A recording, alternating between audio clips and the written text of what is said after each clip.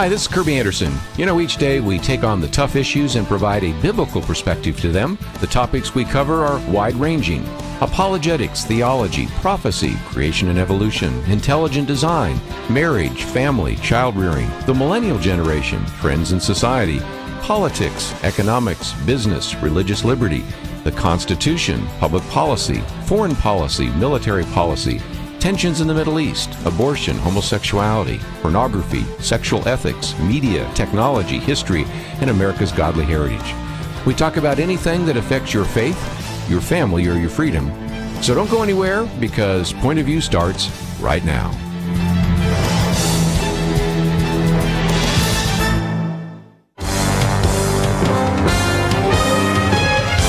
Across America, live. This is Point of View.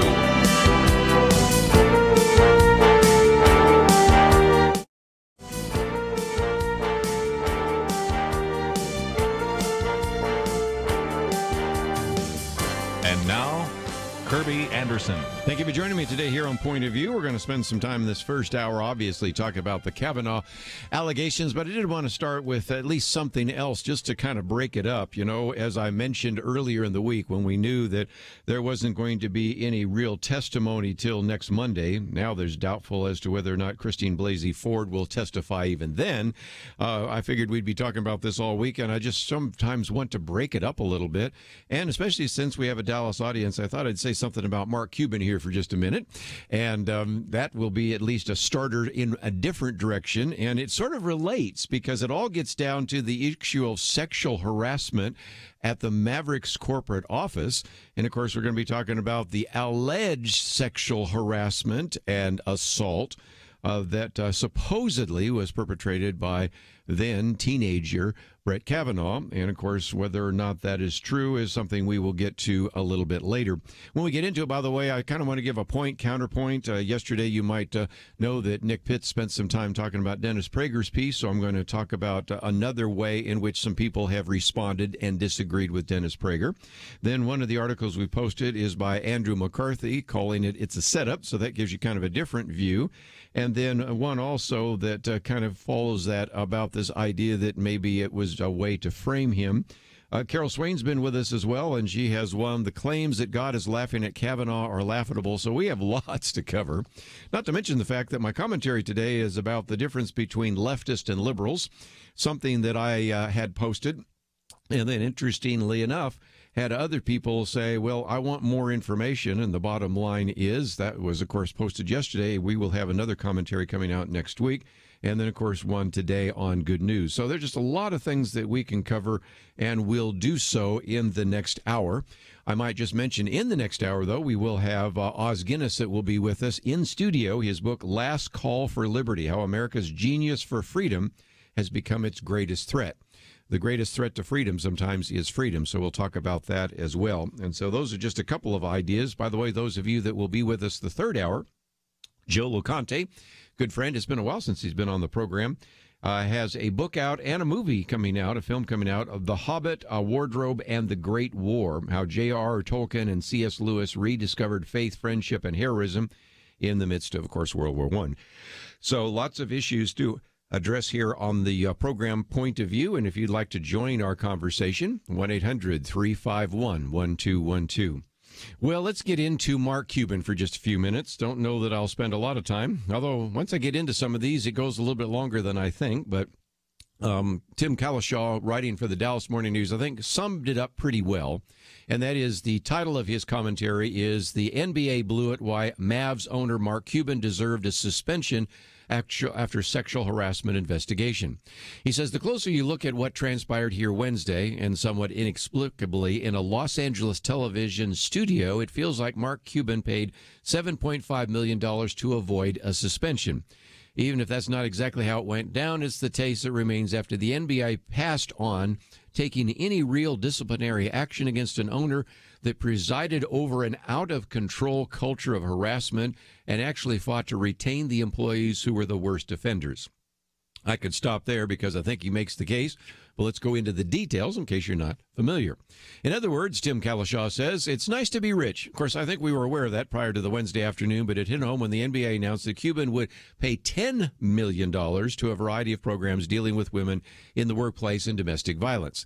The league could have fined Cuban as much as $2.5 million, which is where he comes up with that 2.5 minus $10 million, which would be $7.5 million. Could have suspended him, too, for weeks, months, a season, whatever you think it's worth, when an owner not only has no clue about what's going on in-house, but fights to keep employees after repeated offenses of sexual harassment or even violence. The word I got, he said, from the NBA was the league saw no point in a suspension since it wants Cuban to be involved, not excluded, as the team tries to reshape its business culture under the careful watch of CEO Cynthia Marshall. Good luck with all that, Tim Kalishaw says. Now consider that stance along with what happened Wednesday. The press conference was here, but Cuban was in Los Angeles where he appeared on ESPN's The Jump while taping Shark Tank for ABC. Yes, indeed, Cuban is so involved in this new culture that he couldn't make it to Dallas for the news conference that wrapped up the investigation conducted by a group that he hired. Forget the tears and choking voice, Tim Kalishaw says. The man has done plenty of TV and knows how to act. Isn't his absence from the news conference more than a footnote? But again, he says, regardless, Cuban's performance on ESPN's The Jump during an aggressive interview from host Rachel Nichols should have given the NBA all sorts of reasons to create a more painful solution for the Mavs owner, considering the pain so many women endured for years while working for his club. Cuban repeatedly acknowledged his mistakes, starting with his failure to examine or scrutinize CEO Teodima Usuri, who when he bought the club in 2000. Usuri has been under investigation by the Mavericks for sexual harassment in 1998. Tim Kalishaw said, I wrote about it. Brad Townsend wrote about it. Others wrote and talked about it. And somehow the smartest guy in the room claims he never heard of it and didn't know about it when he bought the club. Mark Cuban, this is a direct quote, said, should I have done due diligence? Should they have disclosed it? Yes. In hindsight, I was just excited to buy the Mavs. That was kind of his answer. The manner in which Cuban allowed Chris Hyde, a team employee, to survive numerous reports of misconduct, as well as former Mavs.com beat reporter Earl Sneed, involving, in that case, 2 domestic violence incidents, none of which was with a team employee, remains appalling. Even when the club's highly suspect HR director, Buddy Pittman, recommended firing Hyde, Cuban took a pass. And how did women working for the Mavericks feel after Sneed was given a third chance by the owner? These weren't, as Tim Kalishaw asks, weren't suspension-worthy acts. Cuban offered no excuses for either case. In hindsight, he said, it was stupid on my part. It's ridiculous. If someone showed me this from another country, I'd say that you couldn't make a bigger mistake. This is the guy from Shark Tank, the expert on entrepreneurship and how to run a company. With all these admissions from Cuban, how did the NBA arrive at the position that a fine was plenty? Ignorance is rarely a useful defense. It doesn't work for college coaches, so how can it be good enough for the owner of an NBA franchise? One can hope that the millions will do good on a number of fronts. A penalty to the basketball team, like the loss of a draft pick, would have hurt Cuban most, but ultimately would have been unfair to a team that has nothing to do with the business owner's flawed culture.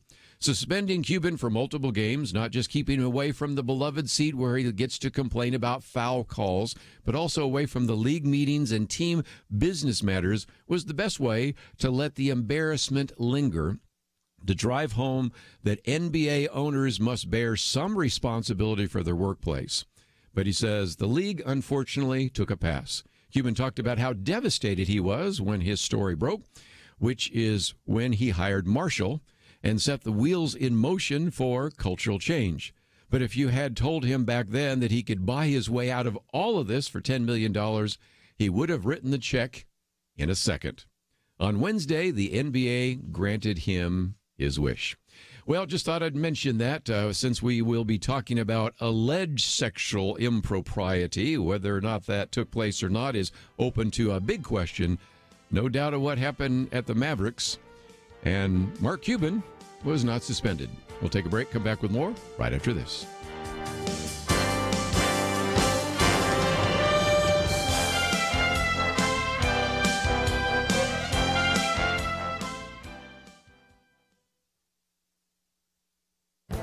This is Viewpoints with Kerby Anderson. One axiom in the news business is the reality that good news isn't really news. Thousands of airplanes land safely. That is not news. An airplane crashes. That's news.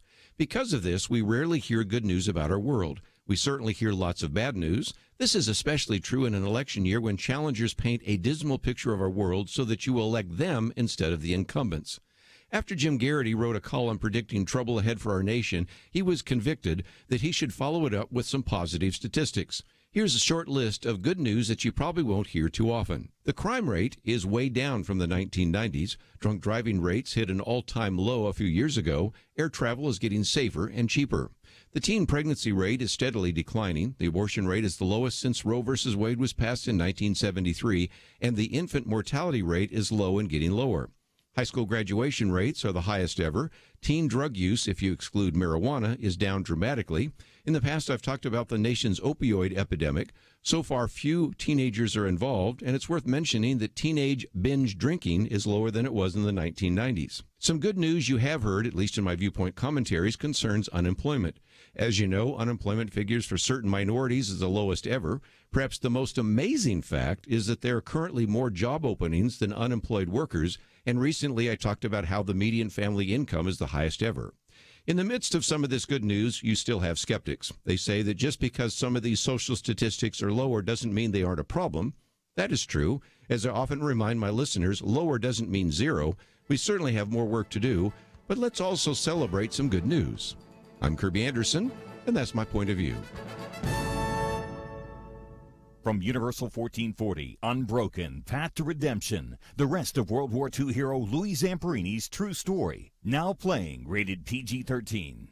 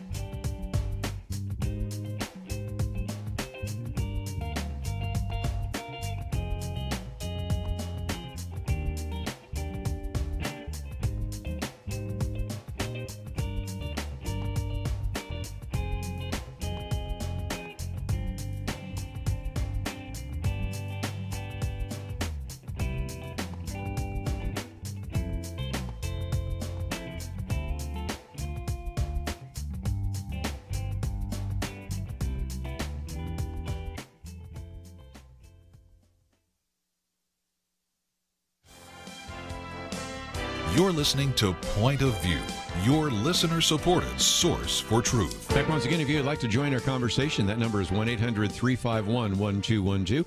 As we always say, we also spend time broadcasting this over Facebook Live. So if you would like to leave a comment, perhaps about Mark Cuban or about, of course, what we're going to be talking about now, the Kavanaugh allegations, you are free to do so. Simply go to Facebook and go to the Point of View Radio Talk Show page and leave a comment. I'll read it a little bit later.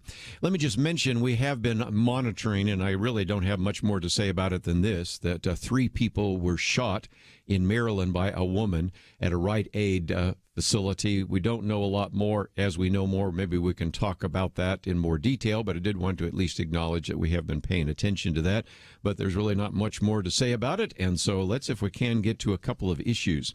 One of the articles I've posted entitled, "It's a Setup" by Andrew McCarthy, I will get to in just a minute, but I thought I'd add one to the conversation, and that is yesterday, Nick Pitts and Chelsea were here in studio, and one of the pieces that he posted, which you can find on the Wednesday page of Point of View, has to do with what Dennis Prager has written. Now, Dennis Prager on a couple of occasions has allowed himself to be engaged in a debate, and his debate, for example, with Ben Shapiro a while back was, you know, I really don't care whether or not Donald Trump is a role model. I care if he is doing something that's going to take the country out of the danger zone and away from the brink and bring us back to some sanity. I don't look to him to be a role model. I don't necessarily have as much criticism of the tweets that he sent out because even though I may not like them, I appreciate what he's doing. And so I wasn't surprised when I saw that Dennis Prager also put out one that essentially said, look, We shouldn't pay attention to something that happened when an individual was 17 years of age. Well, I think Nick addressed some of that yesterday, but Alexandria DeSanctis also says that the Kavanaugh allegation should be confronted, not ignored. And here's just a little bit of what she said. Conservatives can never advocate ignoring allegations of sexual assault or diminish the importance of protecting women from abuse. Yet Dennis Prager does both of those things, writing in his column that it would undermine the foundational moral principles of any decent society if we attempt to discover whether Christine Blasey Ford's sexual assault allegations against Brett Kavanaugh have any basis in reality. She says, as should be patently obvious, the exact opposite formulation is correct. No moral society can overlook, downplay, or otherwise dismiss behavior as grave as what Ford alleges Kavanaugh did in the 1980s. To suggest otherwise is deeply perverse. She goes on and quotes a little bit more from Dennis Prager and takes on a couple of those issues.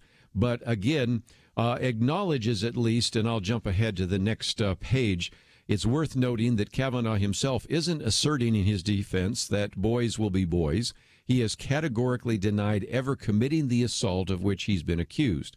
If he did do it, he's now lied publicly several times, including under oath, and if that's the case, we ought to know that too.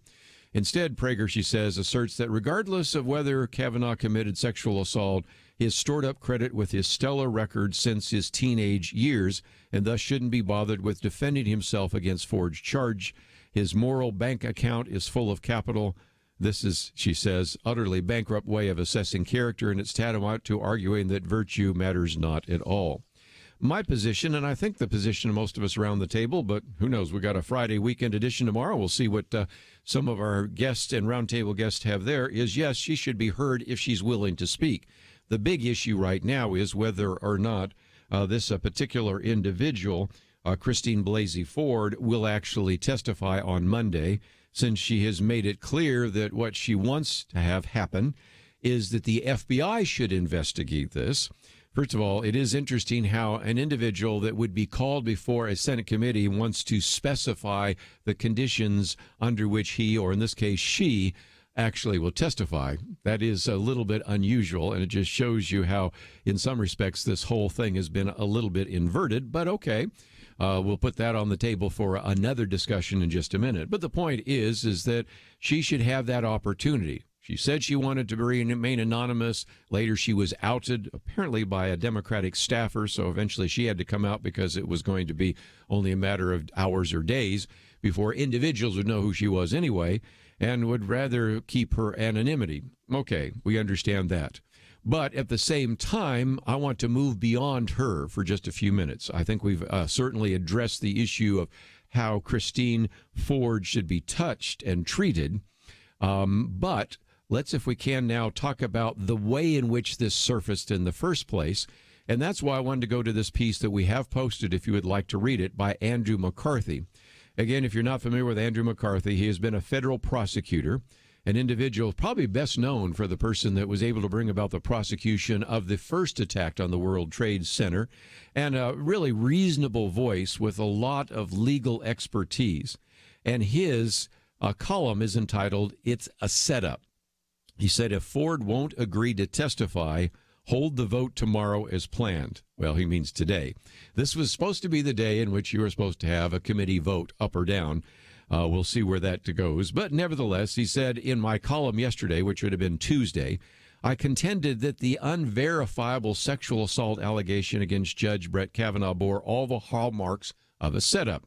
I based that assessment on the patently flimsy evidence coupled with Senate Democrats' duplicitous abuse of the confirmation hearing process. He said, to repeat myself, so now we're going back to his column on Tuesday, he said, if the Democrats had raised the allegation in a timely manner, its weakness would have been palatable. It would have been used for what's little it's worth in examining Kavanaugh during his days of testimony.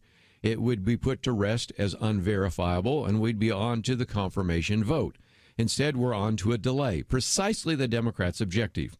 They want to slow walk Kavanaugh's confirmation vote until after the midterms in the hopes that they can swing the Senate in their favor and have the numbers to defeat the nomination.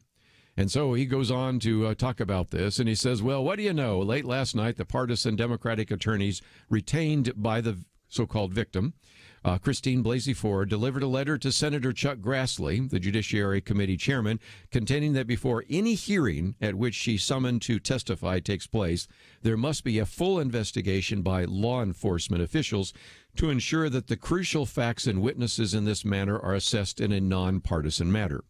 He said, my personal favorite in the missive is the lawyer's complaint that based upon published reports, it seems that some of the senators have already made up their minds about Professor Ford's story.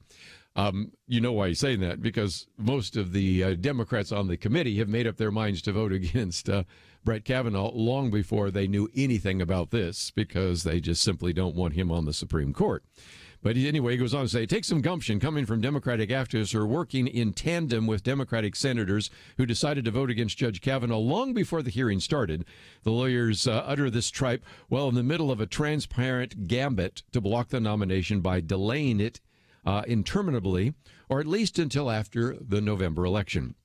One more point, there's a lot in this, and you can read it in your leisure. But he also goes on to make one other statement. He said the committee had invited Ford to testify at a hearing on Monday, which should be next week or September 24th. This was more solicitude than the allegation merits, given the Democrats' willful abuse of the process. Ford should have been invited to submit her claims in writing. Kavanaugh could have been asked to respond, and the committee could have assessed the allegation, a 36-year-old alleged incident that the claim victim, then 15, did not mention for 30 years, cannot fix in time and place, and claim to want anonymity about, and which is flatly denied by the only other witnesses, Kavanaugh and his friend Mark Judge, then 17-year-old high school students. So again, he points out the fact that the committee could have weighed some of the allegations, could have considered all that, and not bringing it up till the very end looks like a setup. I've, of course, only read a few paragraphs of a 3-page, very well-written piece by Andrew McCarthy. But when we come back, we also want to maybe, for just a minute, because one of our good friends who's been on this program before, writing for the stream, said, you know, if you were to come up with a setup, if you were to come up with a way to frame Brett Kavanaugh, how would you go about it? So on the one hand, let's assume the possibility that what we have right now being said by this particular individual, Christine Ford, is true. But on the other hand, let's come back and let's assume that it's not, or that it's mistaken. She is, in one way or another, conflated Brett Kavanaugh with some other 17-year-old boy. What would be the reason for this to be brought out the way it is? And so what possibly could be taking place behind the scenes? So we're going to spend just a little bit of time talking about that, and then get into some other issues in the news as well. I know we'll be talking about this tomorrow again, so I don't want to wear us out, and that's one of the reasons why I'm thrilled that in the next hour we have Oz Guinness with us in studio talking about The Last Call for Liberty, and then later we'll be talking about the book by Joe Loconte. All that coming up right after this.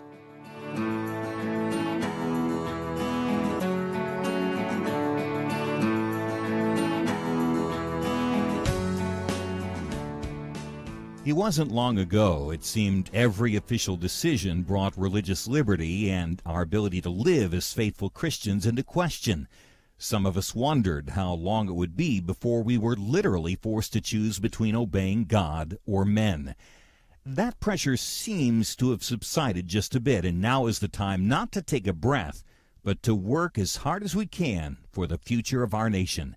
Thanks to you, Point of View is doing just that. And our special thanks to those who have become members of Truth Team 360. In football, 22 guys battle it out on the field while 40 or 60,000 watch in the stands, and perhaps hundreds of thousands more watch on television. We need a special few to get out of the seats and into the game. Join today by calling 1-800-347-5151 and ask to join the Truth Team, or visit us online at pointofview.net/team. We really do need you. The nation needs you. 800-347-5151 and pointofview.net/team. Point of View will continue after this.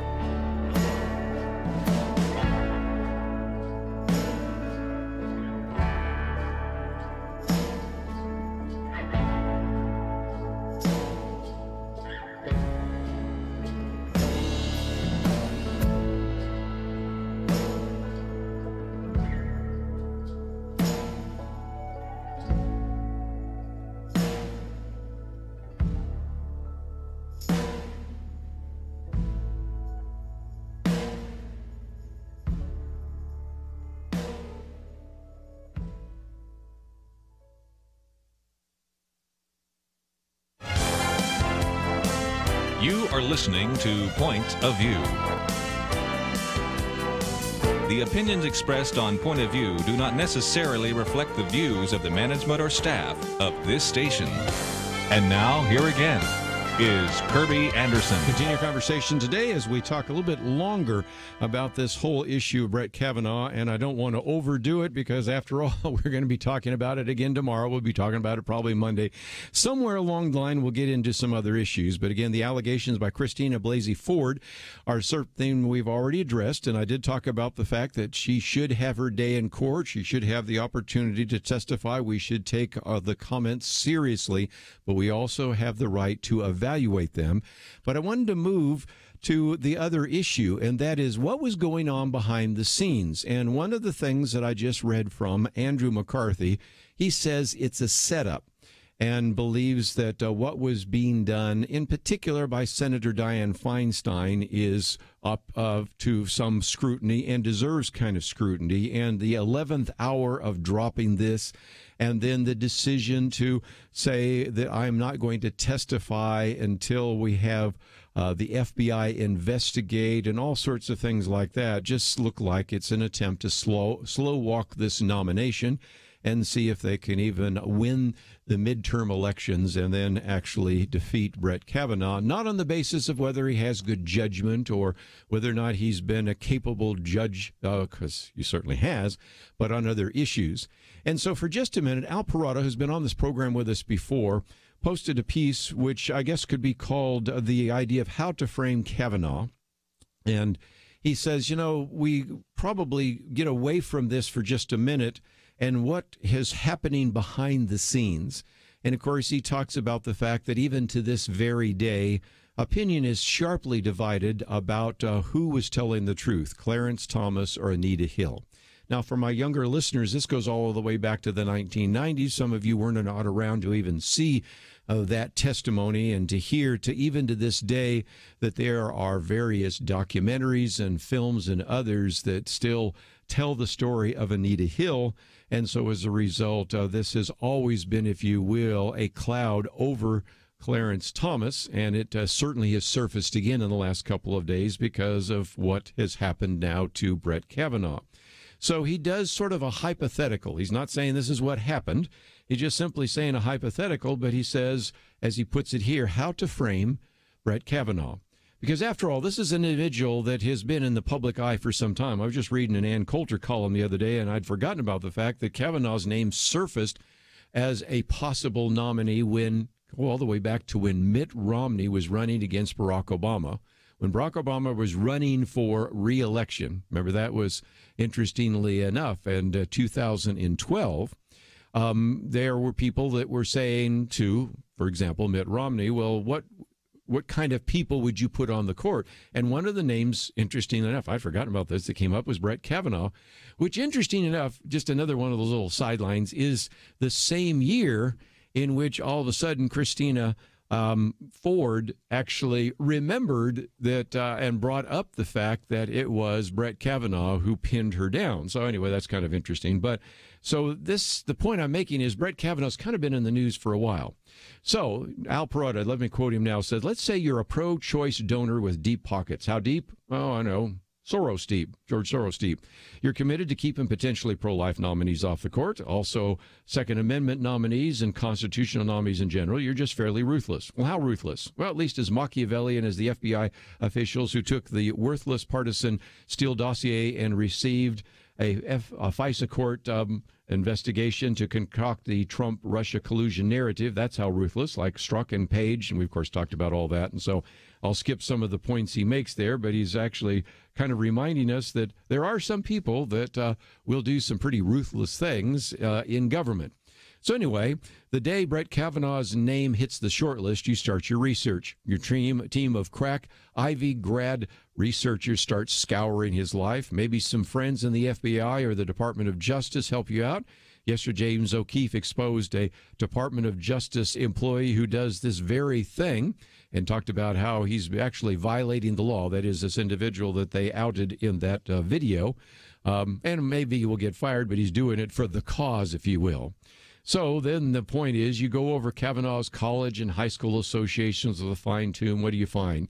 Well, you find a talented conservative Catholic writer, Mark Judge, now a Stream contributor.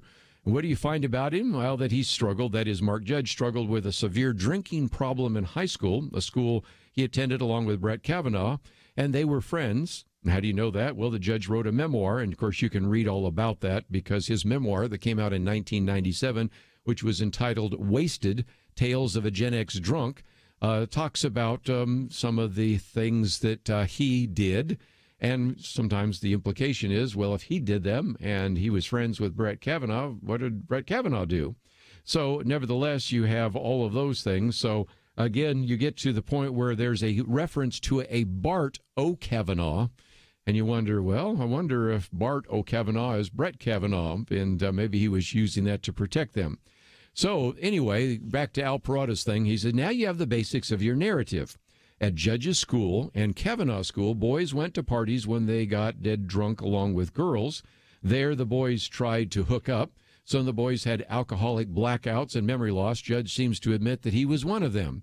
So if you're going to find someone to accuse Kavanaugh of being one such boy, you're going to rope in Mark Judge as a witness or co-defendant. But, of course, Judge will deny it since it didn't happen. But you can prove that he's an unreliable witness since he's admitted to, in print at least, drunken sexual intentions. So, plus he cops to the fact that his memory is unsuitable since he was sometimes blind drunk. So we can eliminate Mark Judge, no problem there.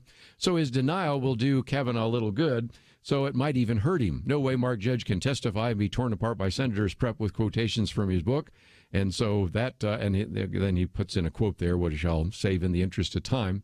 And of course, this is exactly what has happened. Judge has defended Kavanaugh, but he wisely refuses to testify. You can take Judge's wrenching, penitent memoir and use it against him and all those other white male conservative Catholics whom you despise. You can even weaponize his illness, severe teenage alcoholism, and use it to save America from Kavanaugh. Finally, you have a competent anti-Kavanaugh lawyer in place who has been taking money from radical left-wing globalists like you and George Soros for years. And then just one last piece you need in your little chess game. You need to find a woman to make a complaint. But not just anyone. You learn from Anita Hill's debacle that the woman must meet a list of strict preconditions. All of the following must be true of her. Number one, she must have gone to school at one of the places that had social events with Georgetown Prep, the boys' school, at the same time Judge and Kavanaugh were attending. Number two, she must be strongly motivated, a zealous pro-choice liberal who's just as keen as you to protect women's reproductive health care access, that is, of course, abortion. She'll need to purge her social media, though, to hide her motives as much as possible. And then number three, she must have been the victim of sexual assault at some time in high school. That way, if she ever testifies, the pain will be real, even if the assaultant is wrong. She must have some record of mentioning it to someone in the past.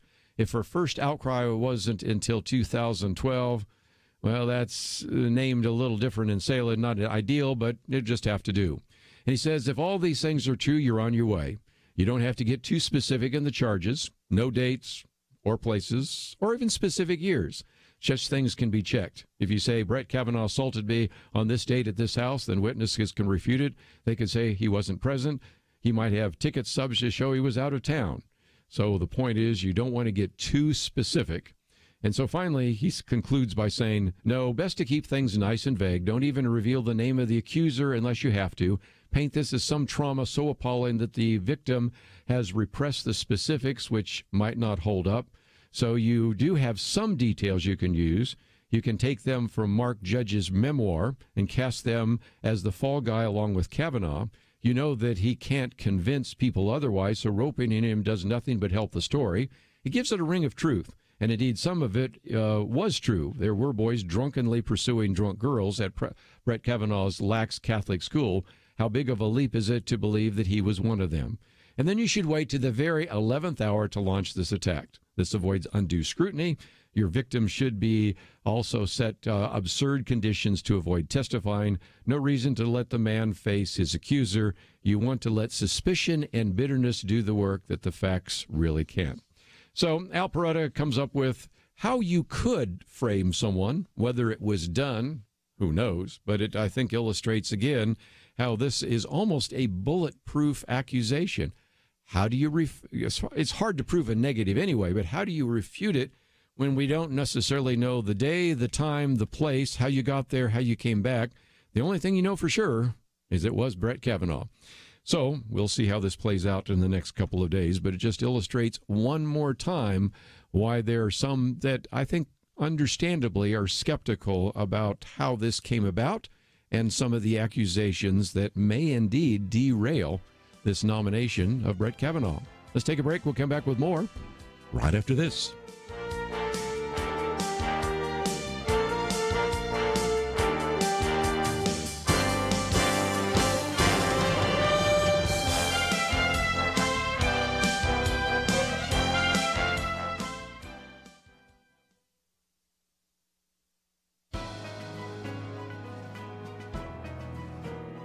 Welcome to the First Liberty Briefing.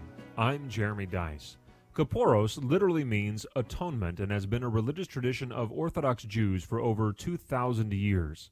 On the eve of Yom Kippur, some Orthodox Jews will recite scripture and then swing a live chicken over their head while reciting a prayer like, "This is my substitute, this is my exchange, this is my atonement. This fowl will go to death, and I will enter upon a good and long life." The chicken is then butchered in the kosher fashion, and the meat of the chicken is then often donated to those in need of food. The ceremony invites the participants to contemplate their own mortality and appreciate the atonement of their sins. The Alliance to End Chicken as Kippuros does not like this practice. They sued the Jewish community in New York City, arguing that the practice violated sanitation and public nuisance laws. The Manhattan judge presiding over the case wasn't buying it. Judge Deborah James concluded that there was insufficient evidence to demonstrate that Kippuros was a public nuisance, and she refused to judicially stop the 2,000-year religious tradition. The Alliance to End Chickens as Kippuros may not like it, but the First Amendment is a high bar protecting even peaceful minority religious rituals involving chickens. That bar should not be lowered unless there is a clear, compelling reason to do so. To learn how First Liberty is protecting religious liberty for all Americans, visit firstliberty.org. Hi, I'm Kelly Shackelford, President and Chief Counsel of First Liberty Institute. I hope you enjoyed this episode of First Liberty Briefing. You can learn more amazing stories about how everyday Americans are standing up and saving religious freedom. Just visit firstliberty.org. You'll be inspired, educated, and informed. Visit firstliberty.org right now.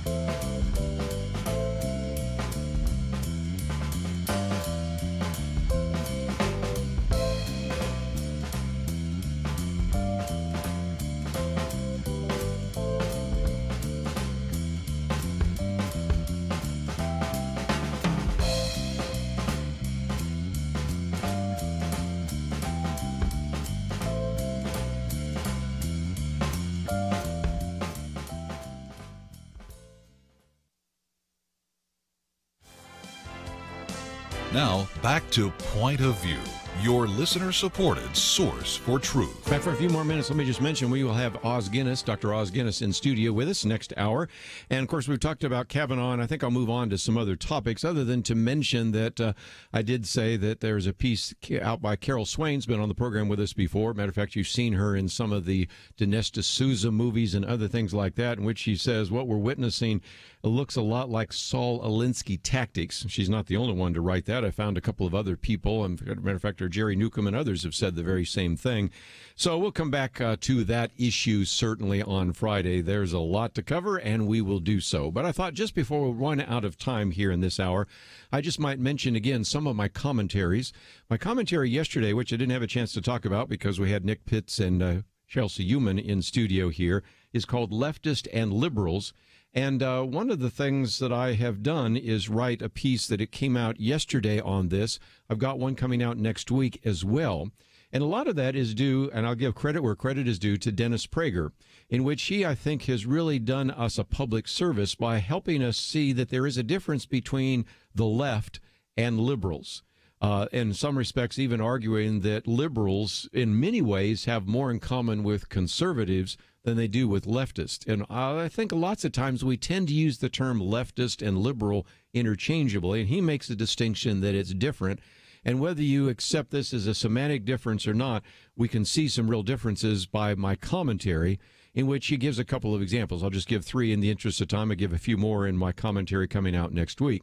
And he says, for example, or I say, one of the most important differences is in the area of race, because he points out that really a typical liberal position has always pretty much been that the color of a person's skin is insignificant.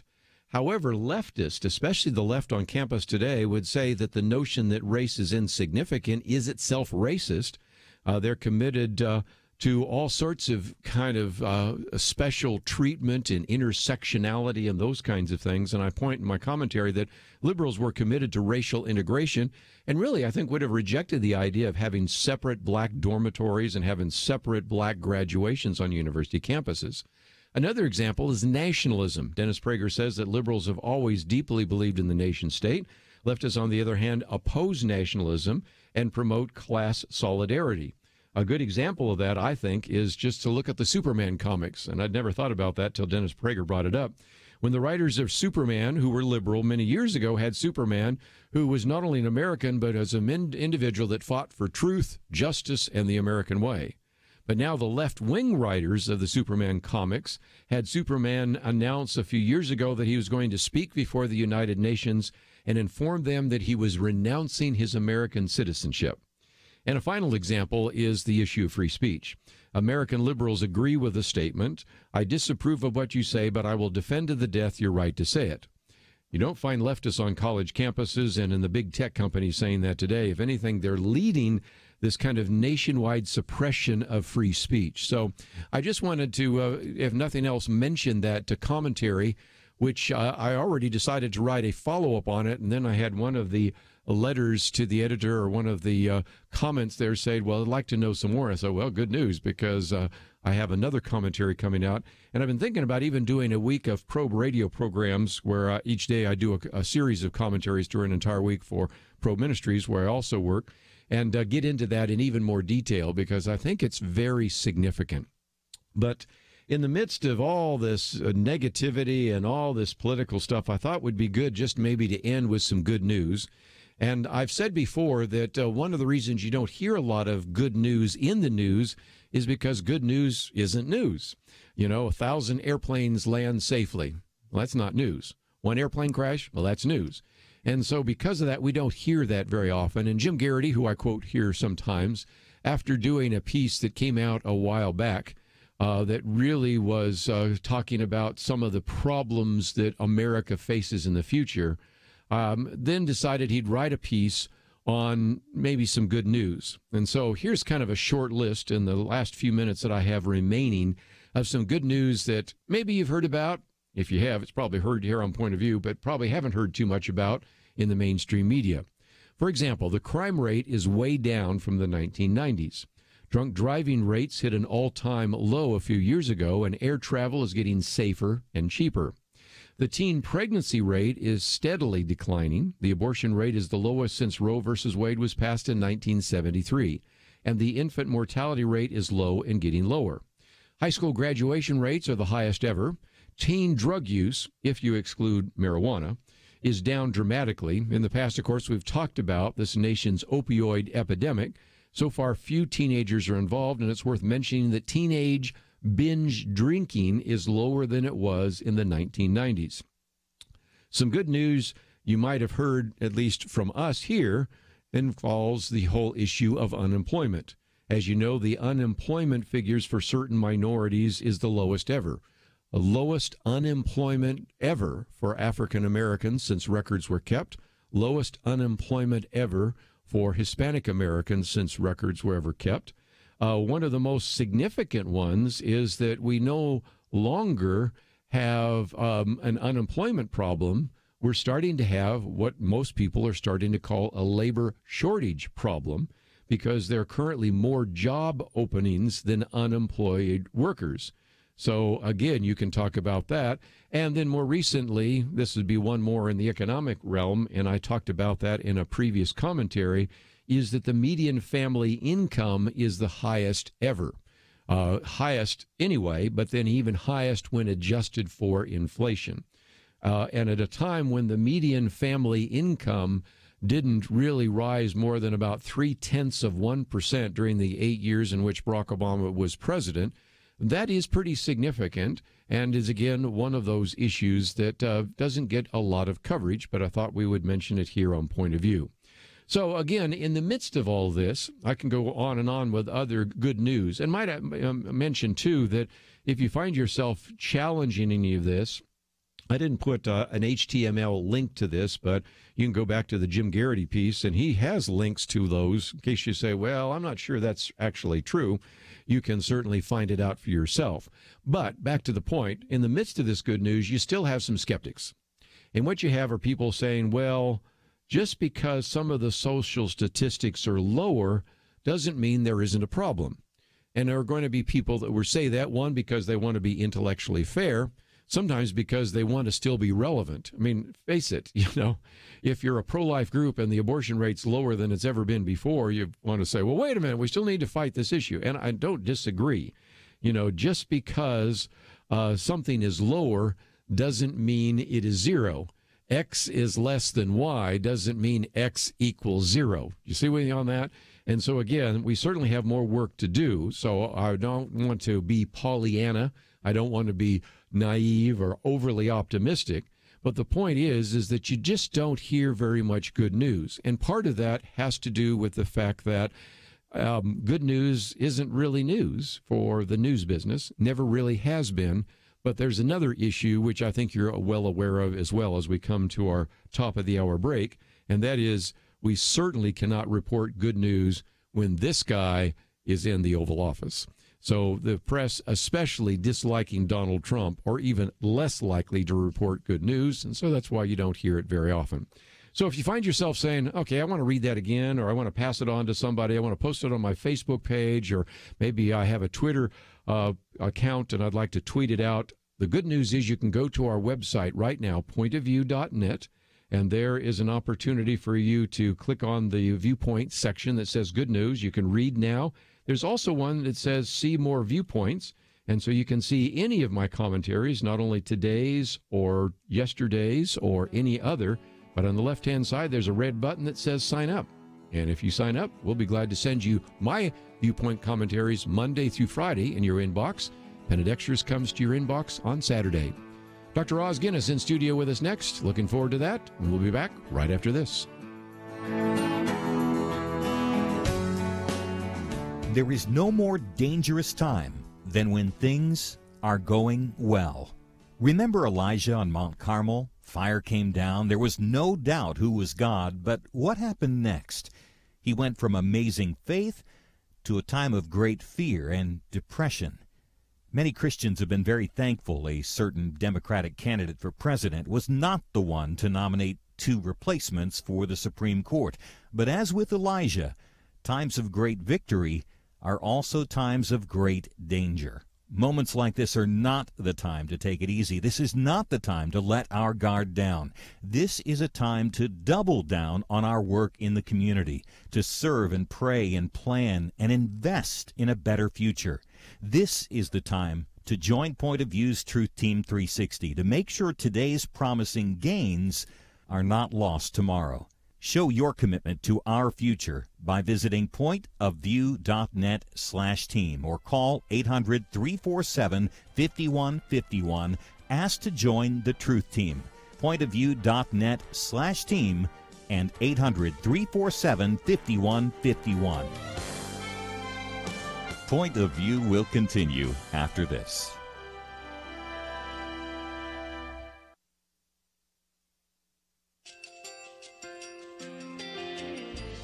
I just want to thank you so much for all the wonderful programming you have. You're just absolutely fantastic. I recently started listening to Point of View, and I really found it interesting because of the different subjects you cover. Thank you for that. I really appreciate everything that you do in keeping us informed. Thank you, Kerby, for everything that you have been doing.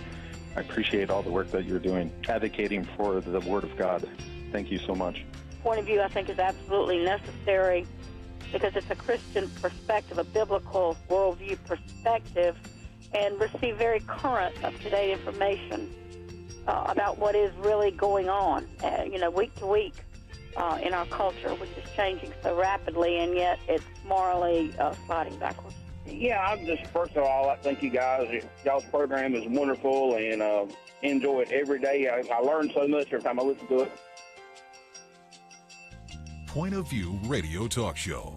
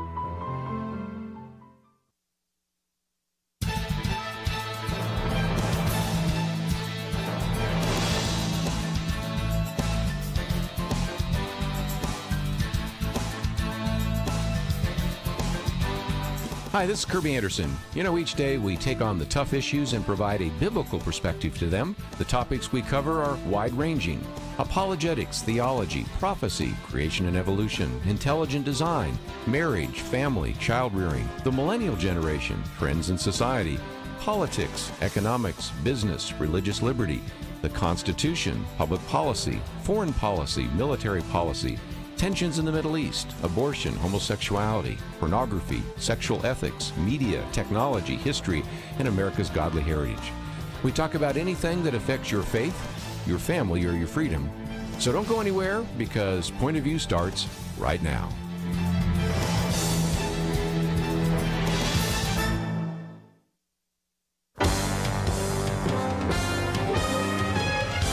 Across America, live. This is Point of View.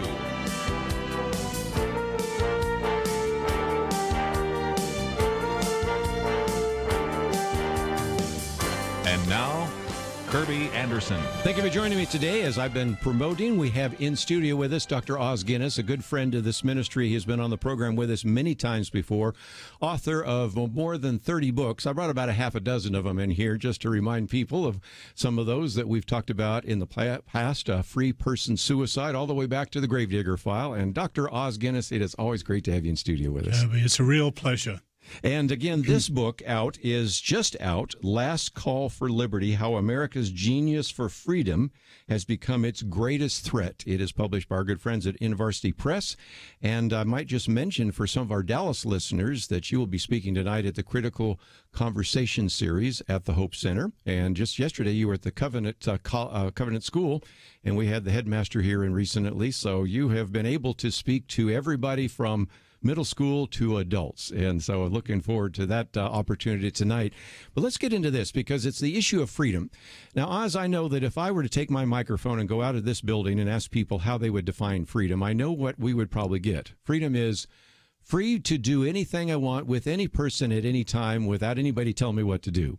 That's not exactly what the founders thought about when they talked about liberty, is it? No, definitely not. I mean, the basic division is freedom as do what you like, so long as you do no harm to someone else, and freedom to do as you should. Those are the basic divisions, but there are many other things you need to think about, too. And we're going to get into that. Let me just mention, this is a book. It's available in hardback. We have information about it on the website. You probably will be able to find it in your local bookstore, but you have 10 questions, which we'll try to work our way through in an hour, and we'll see how well we do. But I was just thinking, Oz, as we go through those questions, you know, some of those, I'm not just sure how many individuals could answer those questions in the affirmative. And you've worked in areas looking at the Constitution. You've looked at various social issues. You quote oftentimes from Peter Berger and others. And as a result, there's just a lot of work that we as Christians need to do in order to, first of all, understand the culture, in order to even begin to assert what a true biblical and constitutional view of liberty is, right? Yeah. No, I think we as Christians should be the champions and the guardians of a genuine freedom today. But the book is on the present crisis. I mean, there's no question that America is as deeply divided as at any time since the Civil War. But why? It's obviously left against right, and people say those who are urban against those who are rural, those who are in the heartlands of America against the so-called coastals, and the new division is those who are populist and nationalist against the globalists. But I argue none of those goes back to the real division. The deepest division of all is between those whose freedom and whose understanding of the American Republic goes all the way back to the American Revolution, which is largely, not consistently, Christian, yes, and those whose understanding of freedom goes back to the Enlightenment and the French Revolution. And if you look at many of the movements going through America now, you know, the new socialism or political correctness or multiculturalism or the sexual revolution, many of those things, even say the kneeing controversy, they go back to the Enlightenment and the French Revolution, not the American Republic. So America is at a crucial Rubicon moment. Will she restore the understanding of the American Revolution or go a very different way, with huge consequences for freedom. And again, just to illustrate this, we're going to focus on your book, but I'll mention two other books that come to mind, and that is Jonah Goldberg, Suicide of the West, really says, we just went through life, and all of a sudden one day we had the miracle, and the miracle gave us prosperity and gave us freedom, and he gives credit to the Enlightenment, although if you read his book, and I have, he talks a lot about individuals like John Locke.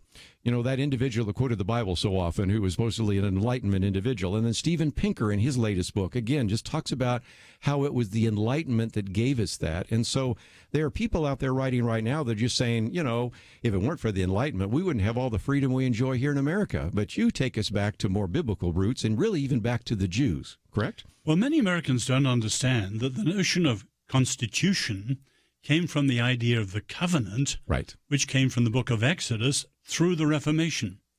In other words, if you look at Western history from the 4th century, when the church became dominant, the Catholic Church copied Roman structures and institutions. So the Pope was the Caesar. In other words, hierarchical power. Now, that isn't biblical. Yeah. And when it was corrupted, you had oppression, the Inquisition, and so on. But the Reformation went back to Exodus and Mount Sinai, and that is actually the origin of constitutionalism, and we need to recover that. There's a huge difference between covenant and, say, democracy, constitution and democracy. There is zero social content in democracy. It just says who's supposed to rule, the majority. But covenantalism or constitutionalism has some very, very basic ideas which we deeply need today, and they're crucial to freedom.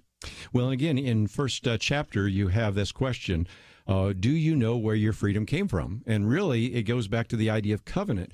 You go back to the Puritans, they had the covenants there, and there was really, if you think about the Mayflower Compact, was like a covenant. The Constitution, they called it. Yeah, and so you have this covenantal idea. Even when I was at Georgetown, I had a professor that, to be charitable, could not possibly have signed the doctrinal statement of my church, but nevertheless had to admit that it was these covenants, the Pilgrims and the Puritans, that gave rise to the Constitution. So even secular-minded people studying the Constitution, at least originally, used to believe that we owe a great deal of gratitude to Exodus, to the Reformation, and to some of the individuals that were writing long before we had founders and framers of the Constitution. Yeah, you take something like the consent of the governed. That goes back to Exodus, where 3 times it says, all that the Lord says, we will do. Yes. That is the origin of the consent of the governed. And that's only the beginning. Another key idea of the covenant is that you have reciprocal responsibility of all for all. You love your neighbor as yourself, and you treat the stranger as you were treated, and rather as you were not treated, and so on. So the reciprocity, or the idea of transmission. Mm-hmm. What did Moses talk about the night of the Passover? Children. Right. Not freedom, not the promised land, but children handing it on. And you can see covenantalism has an incredible amount to teach America in the present crisis. Now, the tragedy, Kerby, is that unlike the 1850s and 60s, Lincoln then addressed the better angels of our nature. Right. And he knew what the Declaration meant in the light of his situation. There is no leader today who does that. I agree. Yeah. And that's the missing element. And again, one of the things I'll come back to is you have a whole section here on the real breaking of that covenant and some of the difficulties there. And that's just one of the chapters, but also some of the other questions we'll be talking about. Are there enough Americans who care about freedom? That's a good question. What do you mean by freedoms, which we'll certainly get into in just a minute, and also faced up to the central paradox of freedom. Some people have said that the greatest threat to freedom is freedom itself. So we'll get into all of that. This is all part of the new book. It's a hardback book just out. It is published by our good friends at InterVarsity Press. Last Call for Liberty, How America's Genius for Freedom Has Become Its Greatest Threat. Here's a copy of the book that I have in my hands, and we also have a link so that if you can't find it in your local bookstore, you can order it there as well, either in hardback or Kindle. We need to take a break. When we come back, we'll continue our conversation with Os Guinness right after these important messages.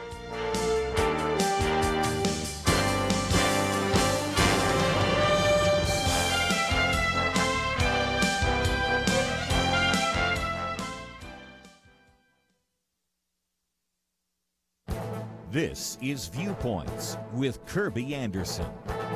One axiom in the news business is the reality that good news isn't really news. Thousands of airplanes land safely. That is not news. An airplane crashes. That's news.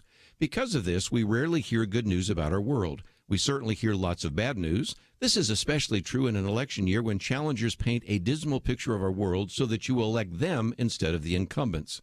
After Jim Garrity wrote a column predicting trouble ahead for our nation, he was convicted that he should follow it up with some positive statistics. Here's a short list of good news that you probably won't hear too often. The crime rate is way down from the 1990s. Drunk driving rates hit an all-time low a few years ago. Air travel is getting safer and cheaper.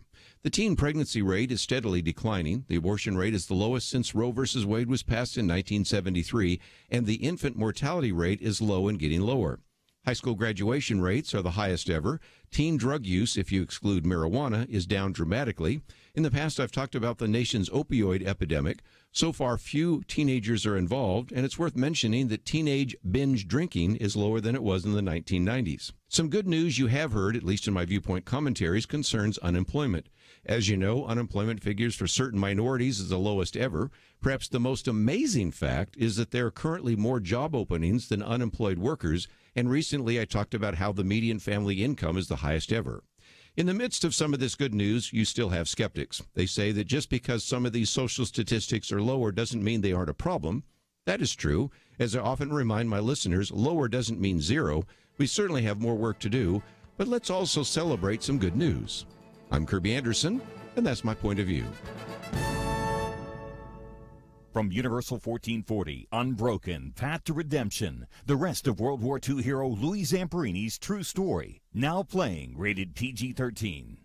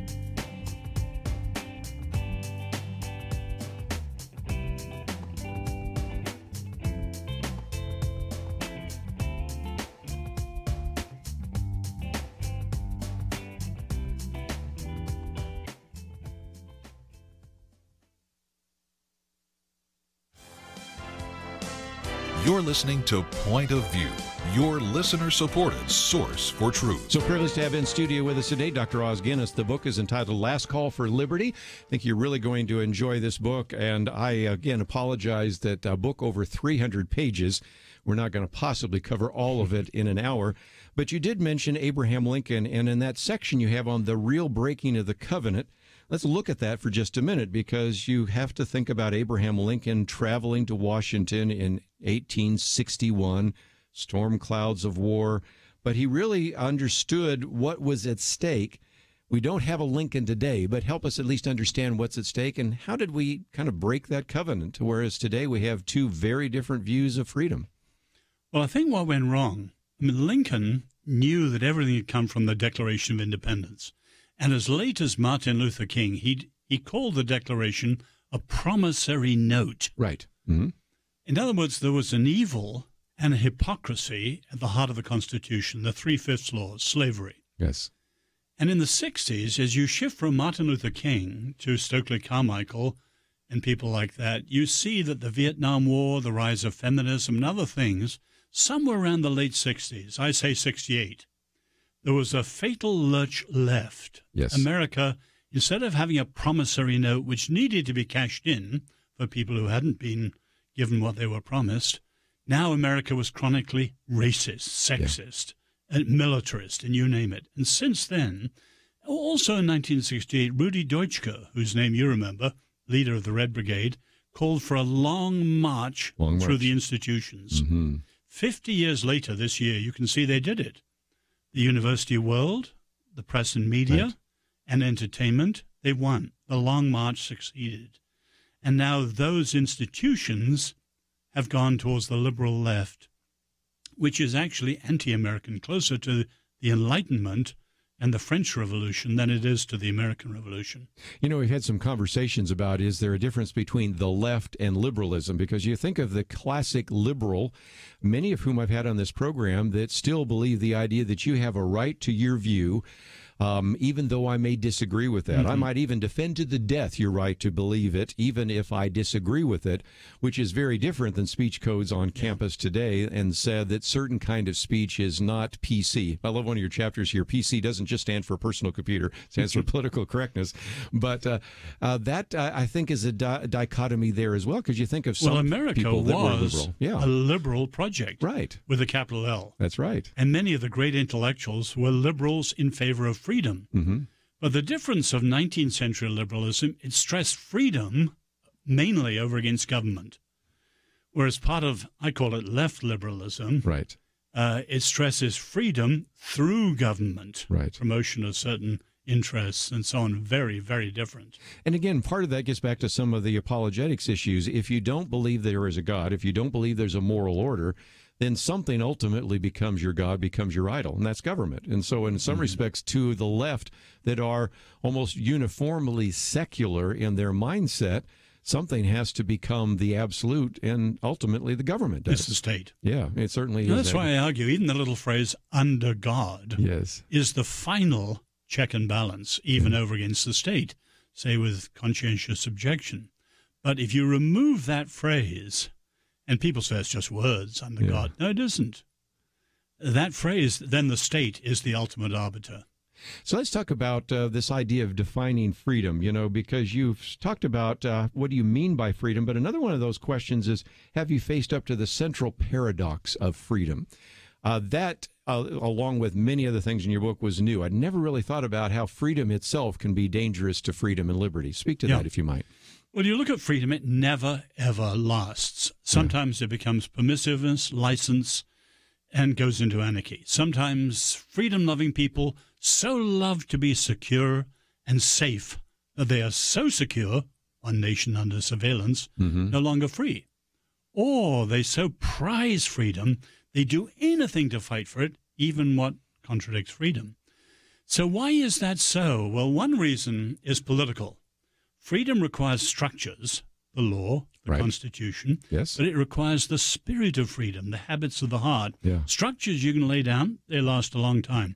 The spirit of freedom goes from generation to generation, easily lost. The second reason is more ethical. Freedom requires some restraint, but the most appropriate restraint is self-restraint. Yes. But self-restraint is what's challenged when people become really free. Yeah. And it produces chaos. And again, the third one's the subtle one. And this is what the Jews stress, the psychological and spiritual. Free people can do what's right, choose good, do what's wrong, choose ill. But there are habits of the heart that are negative as well as positive. So if you choose, say, porn, once, twice, 3 times, 4 times, 100 times, eventually those choices become habits of the heart, character, and you shift from being your master over yourself to being a slave and in bondage. And that's why you look at this country, the land of the free, has more addictions and recovery groups than any other nation in the world. Americans today are not free. Yes. Well, again, you've been familiar with Eric Metaxas. You know, his book, in which he quotes a great deal from your Free People Suicide, is the idea of if you can keep it. And the framers really talked about, and the founders talked about, cultivating public virtue. And as I've said before, Oz, that if you are convinced that it isn't important, character's not important, then you end up with a totalitarian state, because if indeed you can't assume that people are going to do the right thing, then you're going to have a police officer on every corner to make them do the right thing. That's but if people naturally do the right thing, and if there's a spiritual revival and a restraint in the people, then the size and scope of government is limited, isn't it? And Edmund Burke warned on this a long time ago. I call it the golden triangle of freedom. Freedom requires virtue. Virtue requires faith of some sort. And faith of any sort requires freedom, which requires virtue. And like the recycling triangle, it goes round and round. But that's been thrown out. So you mentioned character. You remember when President Clinton was impeached, there was a letter to the New York Times The president today doesn't need character. All he needs is competence. Yes. Well, that's crazy. Every president stands or falls very much according to their character. And again, we've had some people say, well, presidents don't have to be role models, just like they say athletes don't have to be role models. Well, you need to have somebody setting the tone, and certainly that is the case. When you talk about that golden triangle, it reminds me of something else that you have, and that is we've also got to think about how to make the, as you call it, the world safe for diversity. Because in a society that is moving more and more in the secular direction, we come back to that famous phrase by Richard John Neuhaus, title of his book, The Naked Public Square, where religious and spiritual values have been stripped from the public arena. Well, we don't want a naked public square, but as you've taught us many times before, we don't want a sacred public square. We want what? A civil public square. A civil public square. Explain that. The tragedy, Kerby, as you look at the last 20 years, there's been a bigger sea change over religious freedom than in 300 years. And I blame it on a bad 3 R's. You have the so-called reducers who've reduced religious freedom to freedom of worship. Mm-hmm. And even President Obama did that for a while. That is far too shrunk. Every dictator grants freedom of worship. What you think between your 2 ears, so long as your mouth is firmly shut, they will grant you. Right. The second R, the bad one, was the removers. And you can see people like Richard Dawkins stress removing religion from public life, and he says quite openly it came to him after 9/11. He saw the ugly face of religion. Right. But the really pernicious one is the new one, the rebranders, who are now saying that religious freedom is a way of weaponizing religious freedom against people like, say, the gays and others. Yeah. And that is really pernicious, and that's part of the LGBT activist drive to get religious freedom out, because it's a weaponized assault on their rights, and that's extremely dangerous.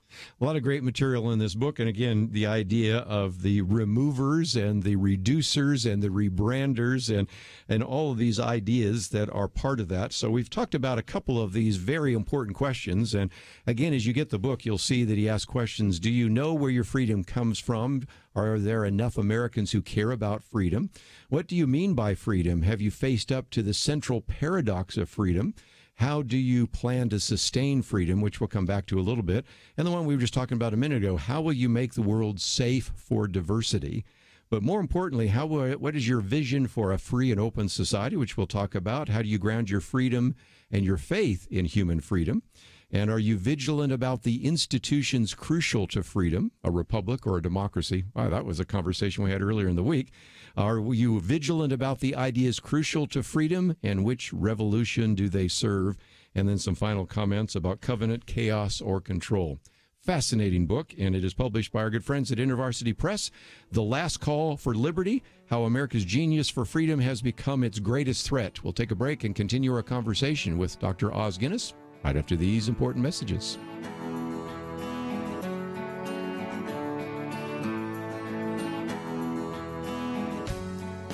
Go mobile with Point of View and take transformation with you on the go. Search in Google Play or the Apple Store for Point of View Radio, the Point of View Radio mobile app. Download it free today. Good news. You are not stuck with your health care plan. Really.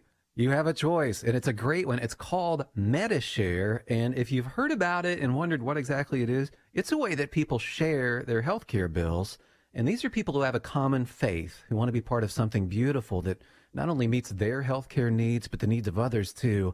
And it's people who love to save money, big time. MediShare members typically save $500 a month per family on their healthcare costs. That is a life changer for people. So this could be for you. Maybe it's what you've been looking for, a way to pay healthcare bills that's not only very smart financially, but it's even profound. MediShare is a nonprofit with 400,000 members nationwide who pray for and share with each other.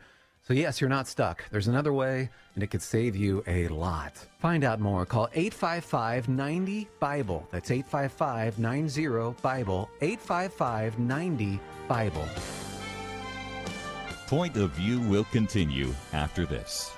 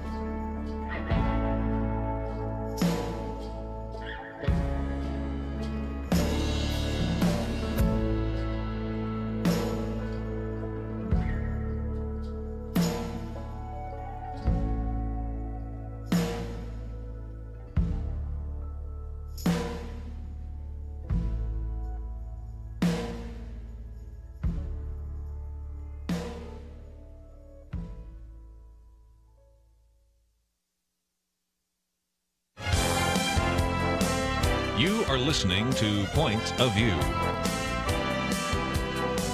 The opinions expressed on Point of View do not necessarily reflect the views of the management or staff of this station.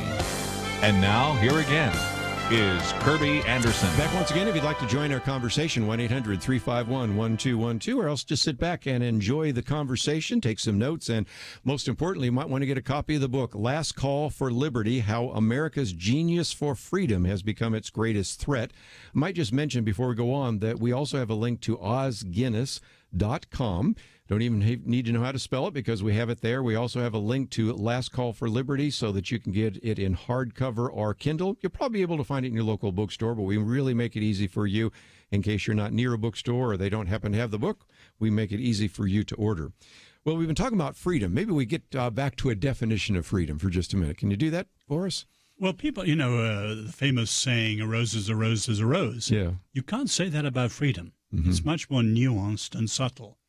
For example, two basic definitions. Is it negative or positive or both?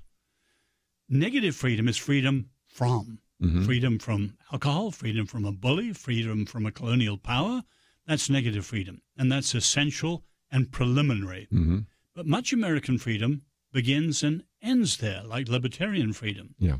Whereas true freedom is negative and positive, which is freedom for freedom to be. Yes. And, of course, that requires truth. You've got to know who you're supposed to be in order to be free to be it, and so on. And a lot of American freedom misses that.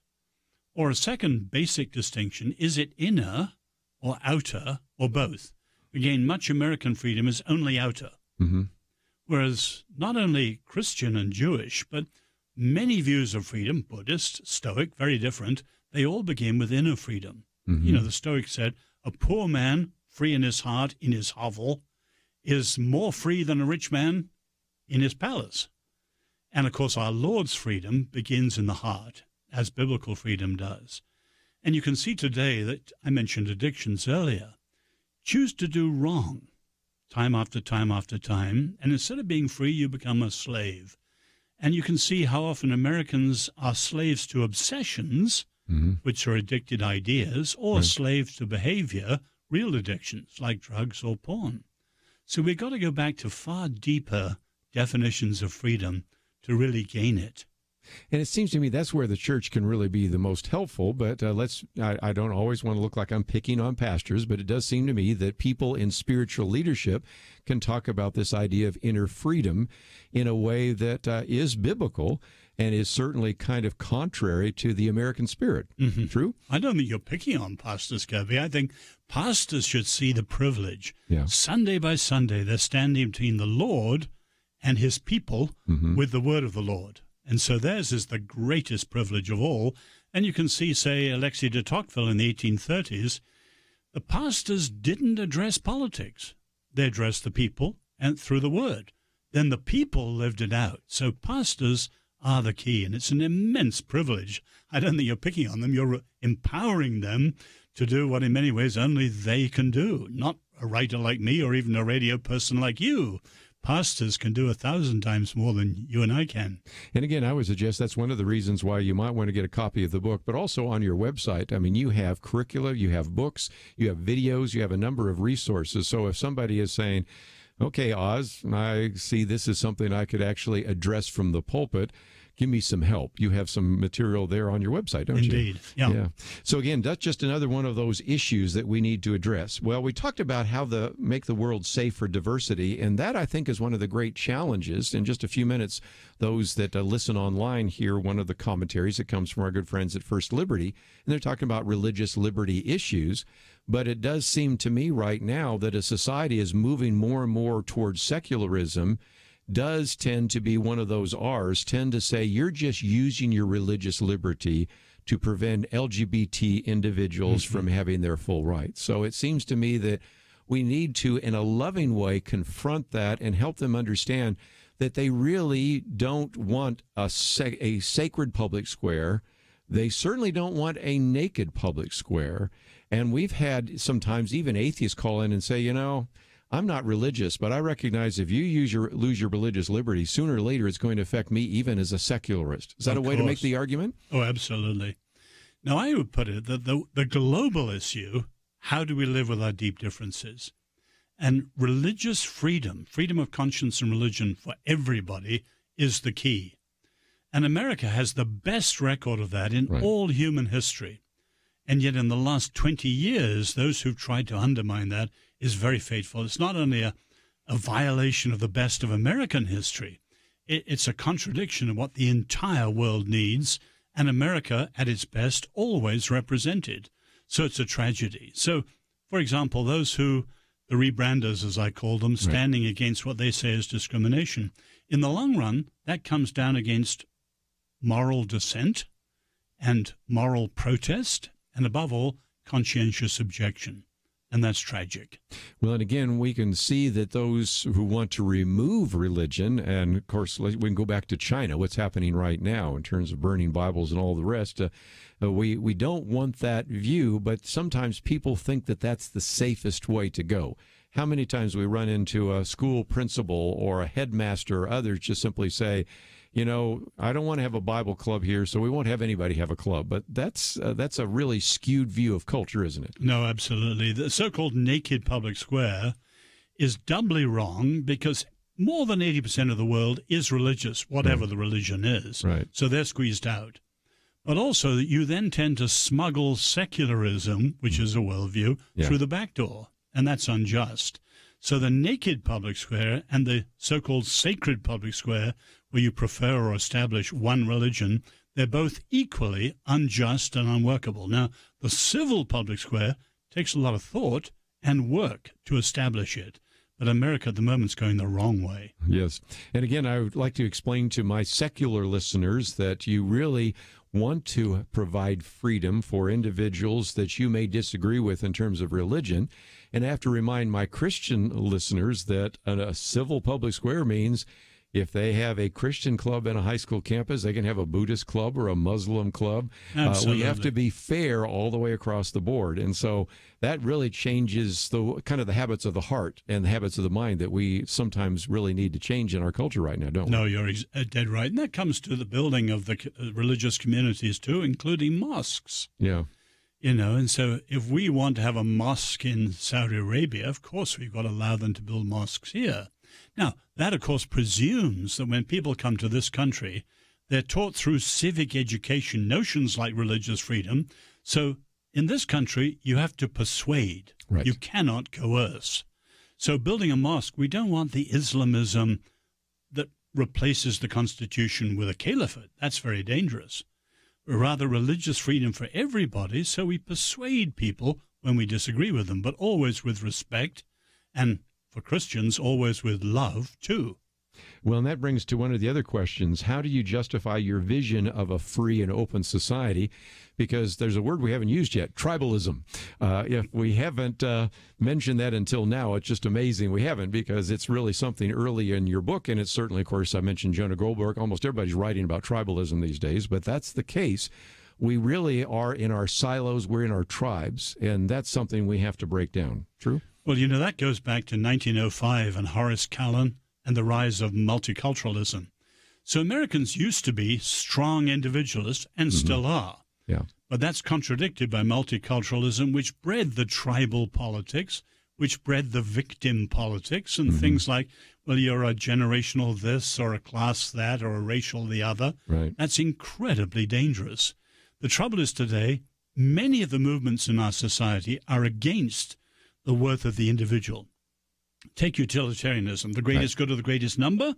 Who cares about an expendable one person? Or you take algorithms. They have no interest in a single person.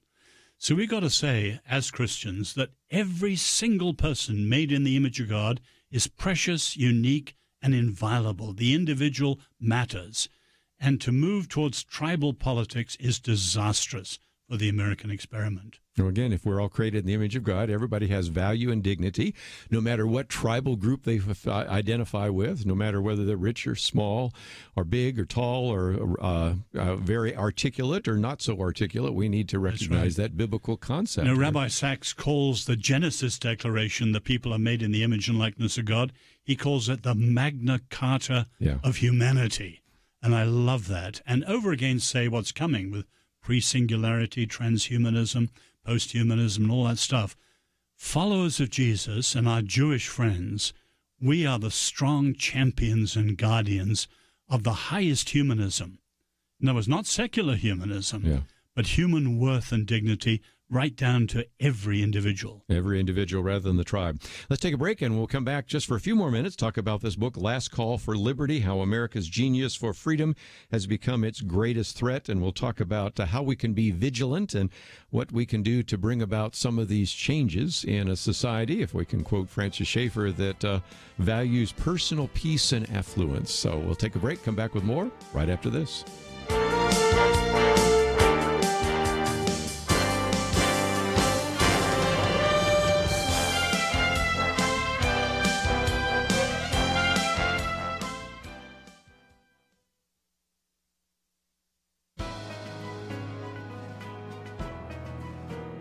Welcome to the First Liberty Briefing.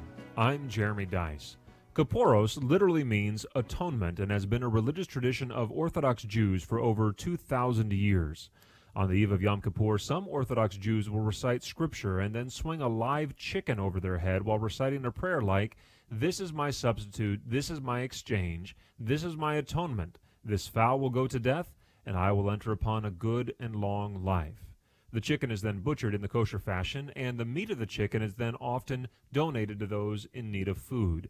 The ceremony invites the participants to contemplate their own mortality and appreciate the atonement of their sins. The Alliance to End Chicken as Kippuros does not like this practice. They sued the Jewish community in New York City, arguing that the practice violated sanitation and public nuisance laws.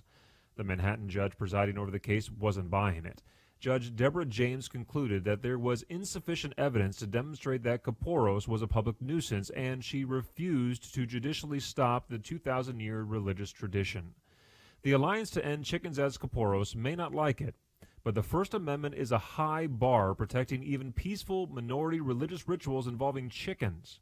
That bar should not be lowered unless there is a clear, compelling reason to do so. To learn how First Liberty is protecting religious liberty for all Americans, visit firstliberty.org. Hi, I'm Kelly Shackelford, President and Chief Counsel of First Liberty Institute. I hope you enjoyed this episode of First Liberty Briefing. You can learn more amazing stories about how everyday Americans are standing up and saving religious freedom. Just visit firstliberty.org. You'll be inspired, educated, and informed. Visit firstliberty.org right now.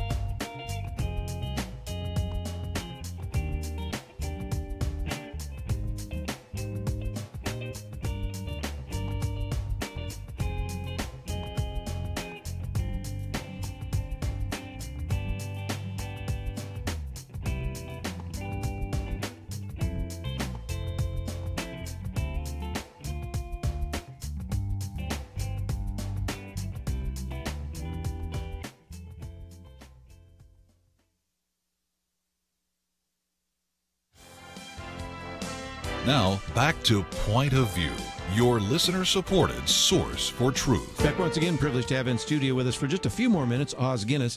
Let me just mention that this book is endorsed by Joe Loconte, who will be on phone with us in just a few minutes. We're going to be talking about his book, The Hobbit, Wardrobe and Great War. And, of course, we've talked about some of the other things that he's been involved with in the past, God, Locke, and Liberty, the struggle for religious freedom in the West.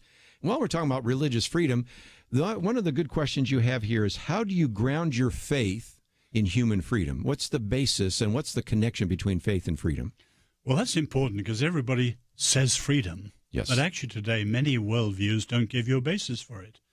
So the Eastern religions basically forget it. Karma and various things determine us. Or look at atheism today. Say Sam Harris says, freedom is a fiction.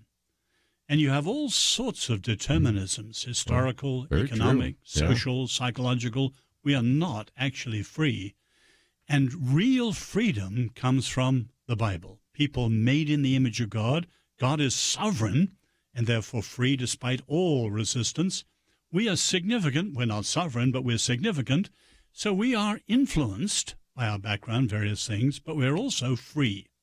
And the biblical grounding of freedom is incredibly important. For freedom, Christ has set us free. So Christians should be genuinely the champions and the guardians of freedom today.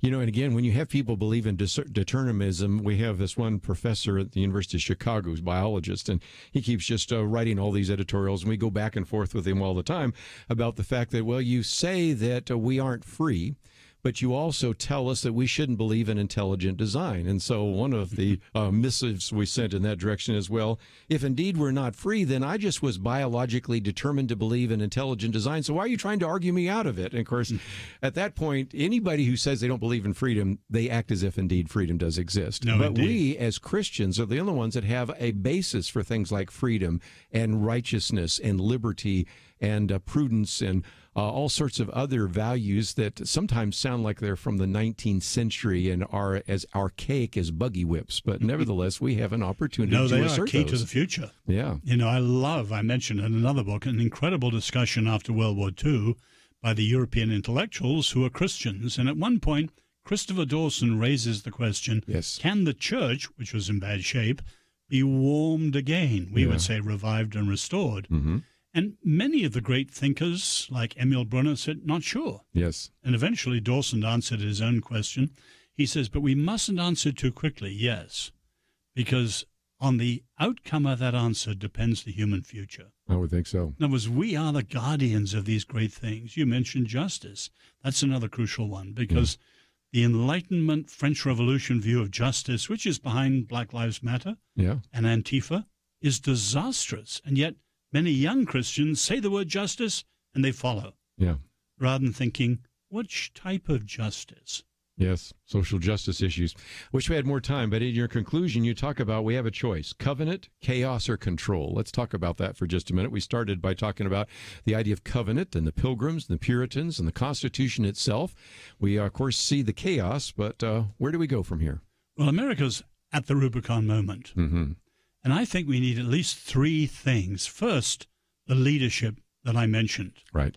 Where is a Lincoln-like leader who can address the better angels, acknowledging the worst of what's happened, address the better angels and call the country back? Right. Because covenants, constitutions, can be restored and renewed, as we know from history in the Bible. Secondly, we need the restoration of civic education, the UNAM, the American First Principles. Right. Many people have no idea what they are. I know. And in the immigration debate, that's the missing element today. But thirdly, I think we need a revival of faith. The scandal of the American church compared with the rest of the West, Christians in this country are a huge majority. And yet tiny minorities, like, say, good ones, like the Jews, they punch well above their weight. Right. Or you think, say, the LGBTQ activists, whom we disagree with at many, many points, they punch well above their weight. They're tiny, but they have incredible cultural power. Why don't Christians, who are the majority, act as salt and light? We need revival and reformation ourselves. You know, Eleazar, the great scholar who put covenantalism back on the map, he points out that covenants come in cultures with an oasis. Right. What's important for an oasis? It's never larger or longer lasting or more luxuriant than what? The wellspring at its heart. And that is what faith is in a free society. Well, again, one of the things I love about the book is you say, whose view serves freedom best? And again, we don't have to apologize for our Christian faith. If anything, we should say, do you have a better explanation for freedom than we do? And again, it brings us back to one of the things we talk about so often here on Point of View, because we not only want to help you articulate a biblical worldview, but also know how to defend a biblical worldview. And I think one of the things we need to defend is defend this idea of freedom. And without apology, say, the biblical view of freedom is the only one that makes any sense, because other religions and other philosophies, whether it's the Eastern view, whether it's the secularist view, they just don't have an answer for that question. So if this you're isn't in my about book, but a stress I make and I will make tonight, I think, is that the biblical understanding, the end is not the end. Yeah. In other words, in Scripture, there are two types of end. You have end as the Latin word finis, ending, conclusion, or end as the Greek word telos, a goal, a purpose, an objective. So when the Roman Empire fell, St. Augustine knew the city of God didn't fall. Right. The city of man fell. So our eggs are not in the basket of the West, or even in America. America could be revived or could go down the drain. But our eggs are in the basket of the kingdom, the city of God. So the end is never the end, and we should never be dispirited or downhearted, whereas many Christians are. Yes. We should be people of hope and confidence, even in the crisis today. As we said, we read the last story. We know who wins, and we Exactly. certainly recognize that God still reigns. Let me, just before I run out of time, mention that Os Guinness will be speaking tonight at the Hope Center, and if you want to know more about that, you can contact them. Critical Conversations, I think we're pretty close to full up, but just in case there's room for you, we wanted to mention that real quickly. Also wanted to mention your website, osguinness.com. You have books, curriculum, readings, public statements, videos, and audio. So there's a lot of great resources there. And if you find yourself saying, okay, I'm ready to get a copy of the book, go out to your local bookstore and see if they have it. If not, the good news is it's 300 pages. It's published by InterVarsity Press. It is entitled The Last Call for Liberty, How America's Genius for Freedom Has Become Its Greatest Threat.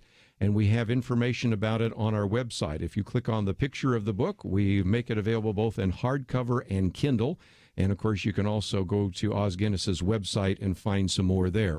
If you find yourself saying you'd like to hear a little bit more, as Oz can point out, I've marked all the sections I'm going to use for future commentaries, including my commentary that airs at the quarter after the hour, and I'm going to do some commentaries on this book as well and try to flesh out some of the things we had a chance to talk about here. If you find yourself saying, I really want to hear it again, or I'd like to watch it, you can click on our button here that, first of all, you can listen to it, you can download the podcast, or you can watch it. In just a short time, it will be up on the YouTube channel, so you can watch it again. And I would encourage you, as we're going through this, you probably know somebody who needs to hear this, including the fact that we mentioned some pastors. Sometimes pastors are real busy, don't get a chance to hear this program. So why don't you click the button that gives you the opportunity to share this interview and send it to your pastor and say, this might be something you might want to address from the pulpit, so that way we can even maximize the impact. So all of that is available at our website, pointofview.net. And I might mention that one of the people that endorsed the book is Joe Loconte, who says, with moral clarity and deep sense of history, Os Guinness discerns the taproot of Americans' Republican achievement as well as the forces that threaten to tear it asunder. And turns out Joe Loconte is going to be on by phone in just a few minutes. Let's take a break, and we will continue our conversation here at Point of View right after these important messages.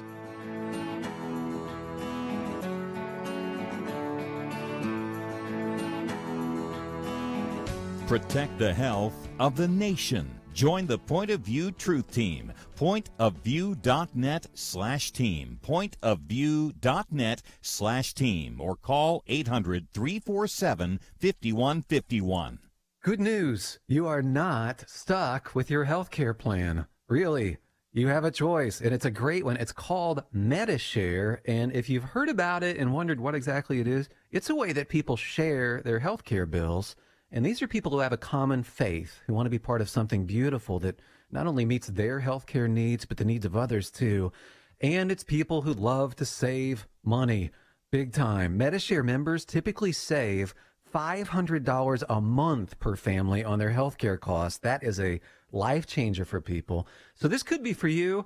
Maybe it's what you've been looking for, a way to pay healthcare bills that's not only very smart financially, but it's even profound. MediShare is a nonprofit with 400,000 members nationwide who pray for and share with each other. So yes, you're not stuck. There's another way, and it could save you a lot. Find out more. Call 855-90-BIBLE. That's 855-90-BIBLE. 855-90-BIBLE. Point of View will continue after this.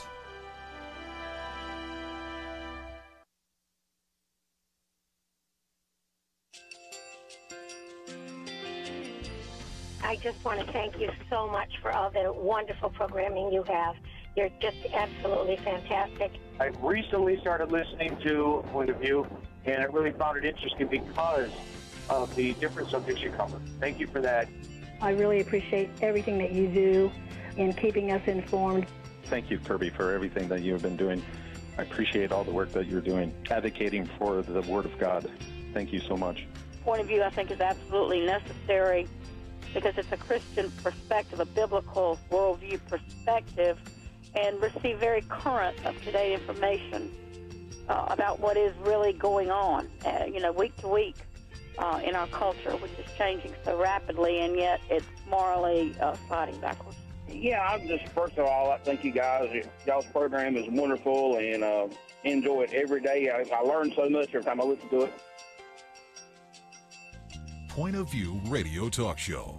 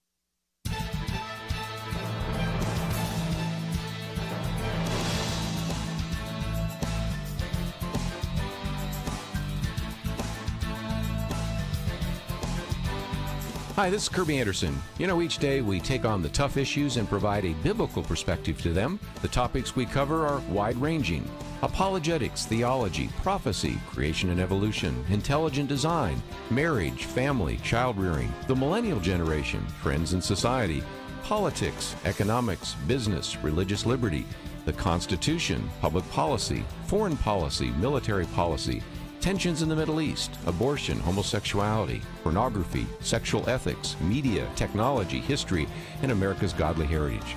We talk about anything that affects your faith, your family, or your freedom. So don't go anywhere, because Point of View continues right now.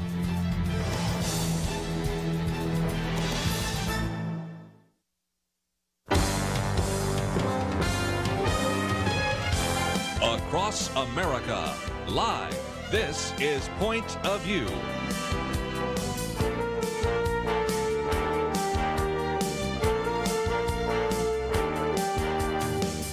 And now, Kerby Anderson. This hour, as we've been talking about, we're going to be talking with our friend Dr. Joseph Loconte.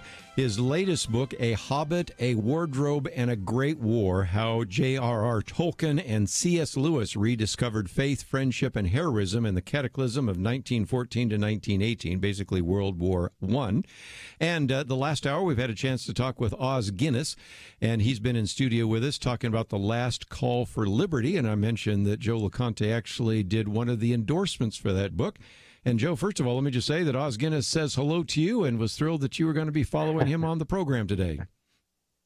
Well, thank you, Kerby, and hello to my dear friend Os Guinness as well. I highly recommend his book, and it's great to be with you, Kerby. Been much too long. It has been. And we go all the way back to when you were at the Heritage Foundation. Now you are Associate Professor of History at the King's College. And, of course, we talked about that book. We also, last hour, when we were talking with Os Guinness, mentioned your book, God, Locke, and Liberty, The Struggle for Religious Freedom in the West. Let me also mention, of course, your book, The Searchers, The Quest for Faith in the Valley of Doubt, and The End of Illusions, Religious Leaders Confront Hitler's Gathering Storm.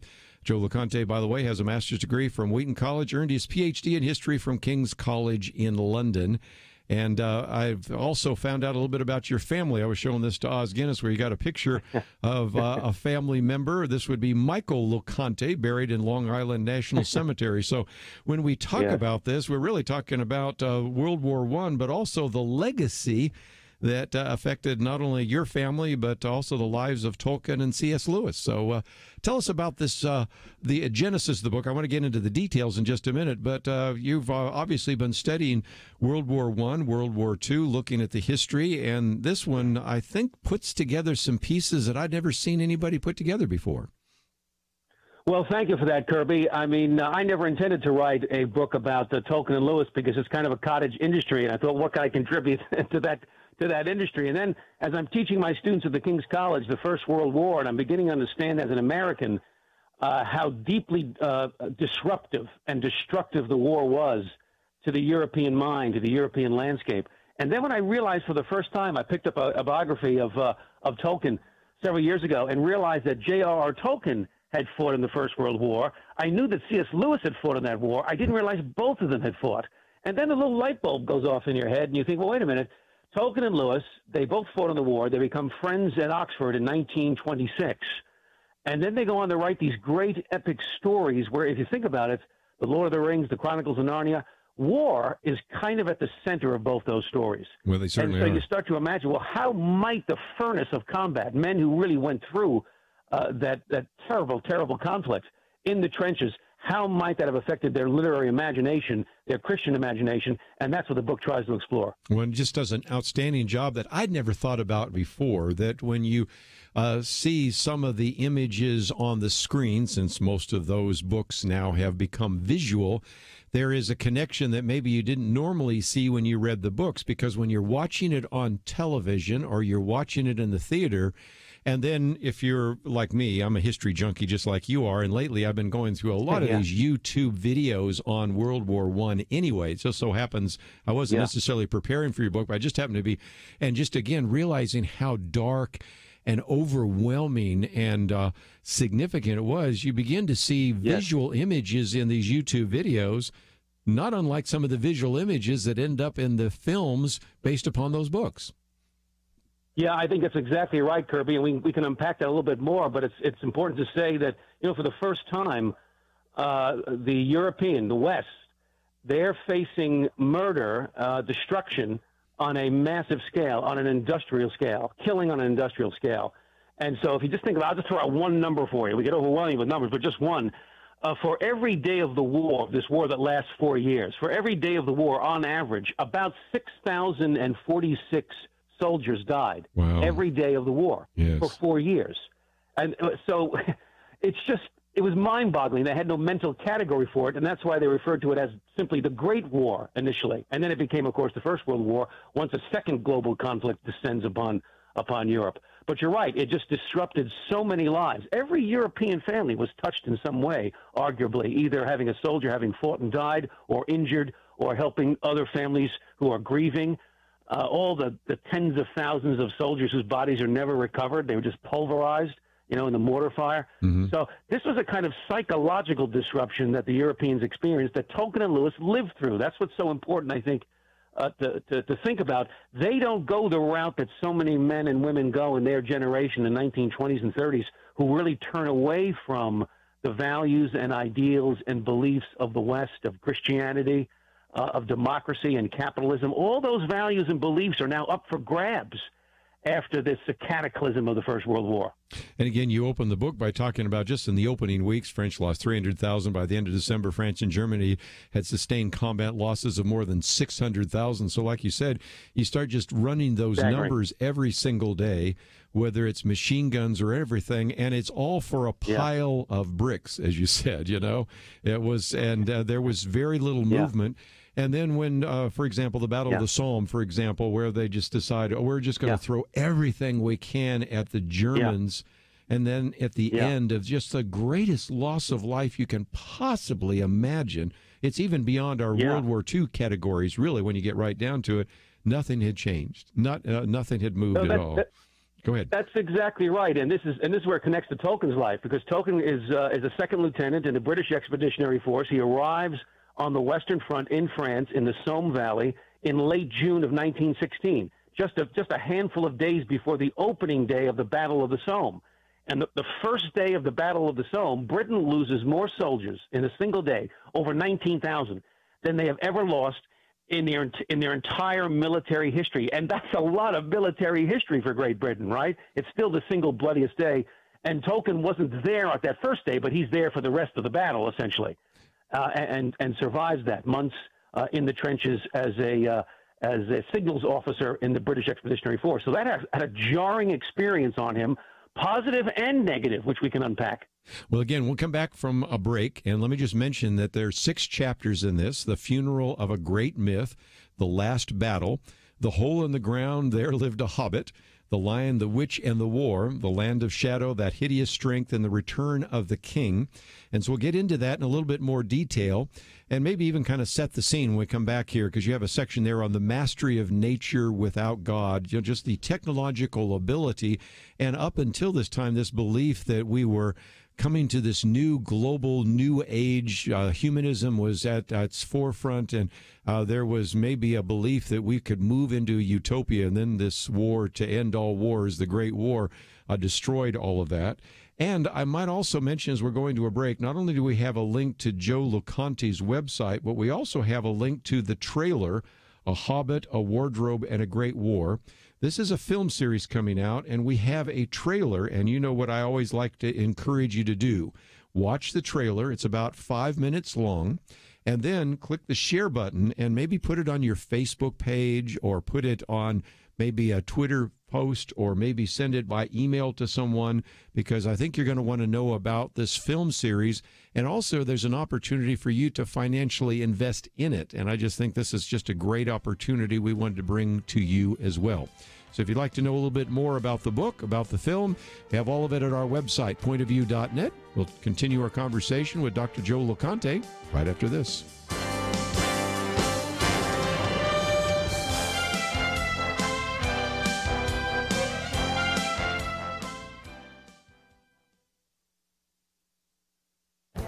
This is Viewpoints with Kerby Anderson.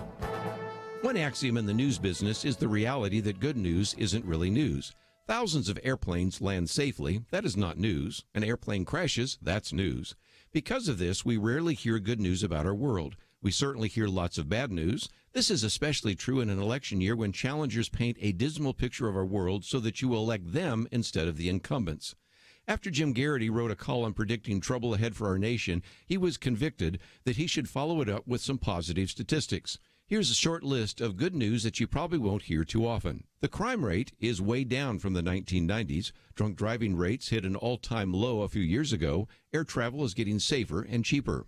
The teen pregnancy rate is steadily declining. The abortion rate is the lowest since Roe v. Wade was passed in 1973, and the infant mortality rate is low and getting lower.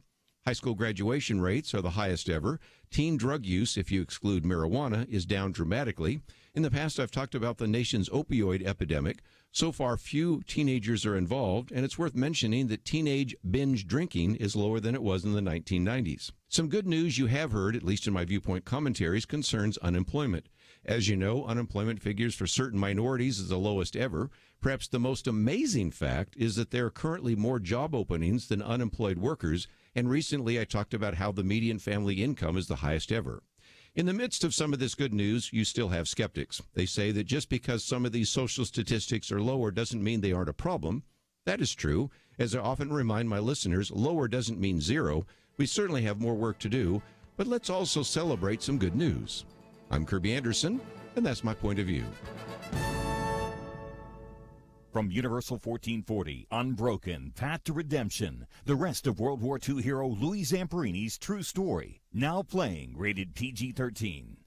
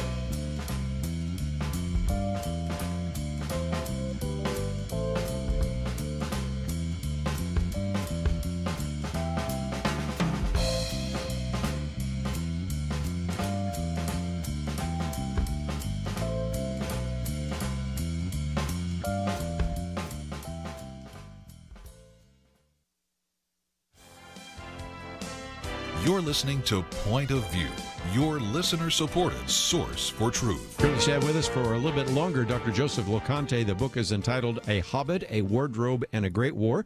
By the way, if you'd like to join us, 1-800-351-1212. Perhaps you are fans of J.R.R. Tolkien or C.S. Lewis. Love to get some of your comments as well. And as I mentioned just a minute ago, we have a link to his website, also one to hobbitwardrobe.com.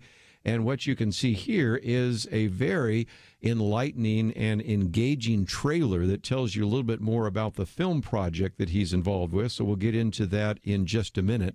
But let's set the scene again, Joe, because when we talk about World War I, which at that time was the Great War, or the war to end all wars, up until that time there had been kind of this idea that humanism was marching towards utopia. This idea that we have now, with the Industrial Revolution, with all sorts of new philosophical ideas from Darwin to Freud to whatever, really are going to reach a utopia, and then boom, we end up with a war that is devastating. And what you say there is that Tolkien and Lewis kind of imported some of the images, sometimes really in a sense as a protest against this march of progress. Can you fill in the gaps there on some of the questions that people might have? Yeah, terrific question, Kerby, and it's great to be discussing all this right now because, as you know, we're coming up on the centennial of the end of the First World War, November 11th here this year. So this is the right time for this discussion. And what Lewis called the myth of progress. It's good to reflect on this now, 100 years later. The myth of progress. The idea that human nature itself is evolving, progressing, advancing, and new vistas of human achievement, even human perfection, are within sight. And the technological revolution had a lot to do with that. Amazing inventions at the turn of the century: automobile, airplane, Einstein's theory of relativity. All that's out there. Herbert Spencer, the great popularizer of Darwin, the idea of the human species just improving in all kinds of ways. Yeah. That's all in. Yeah, that's all in the air and in the water. Lewis has a great line on this because he remembers this as a young man, and the way he puts it is this. He says, I grew up believing in this myth, the myth of progress, and I still feel its almost perfect grandeur. It's one of the most moving and satisfying world dramas which has ever been imagined, the myth of progress. And then, wham, we get the trenches in France, and thousands dead each week and no end in sight. And it just runs up against the realities of this mechanized slaughter. And that's what helps to create such a disillusionment, the mood of doubt, cynicism, and disillusionment in the wake of that war, I think in large part because of the expectations of what the war could actually produce, that it could actually be transformational in a good way. People were actually predicting that on the eve of the conflict in 1914.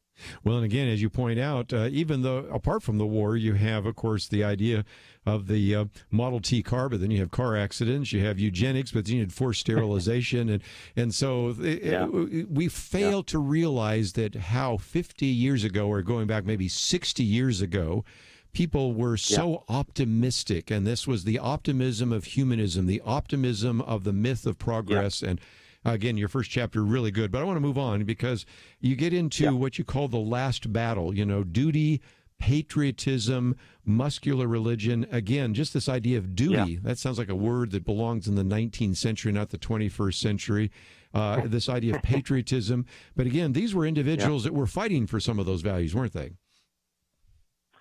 Yeah, they were, Kerby. I mean, certainly, especially on the British side. I mean, the Brits were not even attacked by Germany or Austria-Hungary. They were defending the neutrality and the independence of Belgium. They were in this war, from their perspective at least, as a matter of principle and honor, honoring their obligations. And so, for most of the soldiers, they really feel like we're defending the best of the British Western tradition, democratic ideals against German aggression. We can get into how all that plays out geopolitically, but what strikes me about Tolkien and Lewis as they're going into that conflict is that they are not holy warriors, these guys. There may have been some of that alongside them, some of the ministers who tried to turn the war into a holy war. Right. But Tolkien and Lewis, they are very realistic about this thing, both going in and certainly coming out. Remember, Lewis was an atheist going into this conflict, and he remained an atheist. He's an atheist in a foxhole. So they're not caught up in some romantic notions about what war can do. Well, I thought what was so interesting is one of the quotes in here you said, as Lewis wrote, before I went to the last war, I certainly expected that my life in the trenches would, in some mysterious sense, be all war. In fact, he goes on to say that I found that the nearer you got to the front line, the less everyone spoke and thought of the Allied cause and the progress of the campaign. So there's a sense in which, there's also that disillusionment. You expected that we would all be fighting for, as you said, a holy cause, and didn't turn out to be quite what he expected. Well, let me keep moving because you've got so many chapters there. But in a hole in the ground, there lived a hobbit. And this, I think, begins to tell a little bit of the story of Tolkien and C.S. Lewis. But finish that off, because what we're talking about here is just, again, what it was like to be lonely, what it was like to live and to die sometimes in the trenches and those kinds of things. So how does that give us some perspective? Yeah, this is one of the most amazing discoveries that I made with this book, was that Tolkien, remember, he's a second lieutenant, and now he's fighting alongside these privates, ordinary guys, bakers, shoemakers, shopkeepers. Yes. I mean, the livestock of Britain. And so that has a way of breaking down social barriers. And so for the first time, Tolkien is seeing the strength and the resilience and the courage of the ordinary English soldier now under fire. And he says explicitly that his Sam Gamgee, this Hobbit, one of the most beloved characters in all of 20th century fiction, his Hobbit is indeed, he says, based on my Sam Gamgee is indeed based on the ordinary English soldier whom I knew and fought with in the Great War. He's explicit about it. there was something about that British Army and its resilience that really impressed him, and it literally then found its way into this great epic novel, The Lord of the Rings. I love that because, again, it talks about the courage of quite small people, which I love there. Yes. And even there he says, was it the prequel to The Lord of the Rings and The Hobbit here? He says, on a blank leaf I scrawled, in a hole in the ground there lived a hobbit. I did not know, and I do not know why. Names always generate a story in my mind. Eventually, I thought better to find out what hobbits were like. So, in some respects, it's just, again, it's a connection that you bring in the book that maybe other people have mentioned. I haven't, but I think it's fascinating to think about living in those trenches, to see these individuals, as you say, that come as part of the British Expeditionary Force that are just, quote, citizen soldiers from the working class. And yet they're the ones that show the courage that give him, if you will, the idea of small people defending a really great, important issue. Very fascinating. Yeah, really. Exactly right. And this is a huge theme to raise, Kerby. One of the things that was kind of under assault after the First World War was the power of the ordinary individual. Right. You know, we're just caught up in these great forces, industrial, economic, whatever, ideological forces, and the individual doesn't matter anymore. Look at the way he's been devastated in this conflict. Tolkien and Lewis both say, with their Christian faith at the heart of this thing, they both say, no, the individual matters.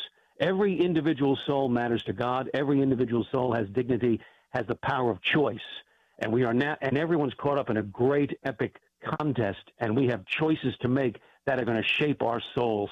I think they glean some of that idea, not only because of their Christian faith, but because of their raw experience in the trenches in France. And they brought that theme of the power of the individual with the grace of God to really play a part in a great drama. That's pretty powerful stuff, and no one's writing that kind of stuff in the 1920s and 30s in that era of gloom and doom. Yes. Well, again, when we come back, we'll talk a little bit more about that. But again, we mentioned the Battle of Somme, and would that possibly, in some respects, be a precursor to the idea of the Siege of Gondor and the Lord of the Rings and some other fascinating parts of this book? And before we're done, I also want to talk about this video project that Joseph Loconte is involved in, because I hope that you will be involved as well.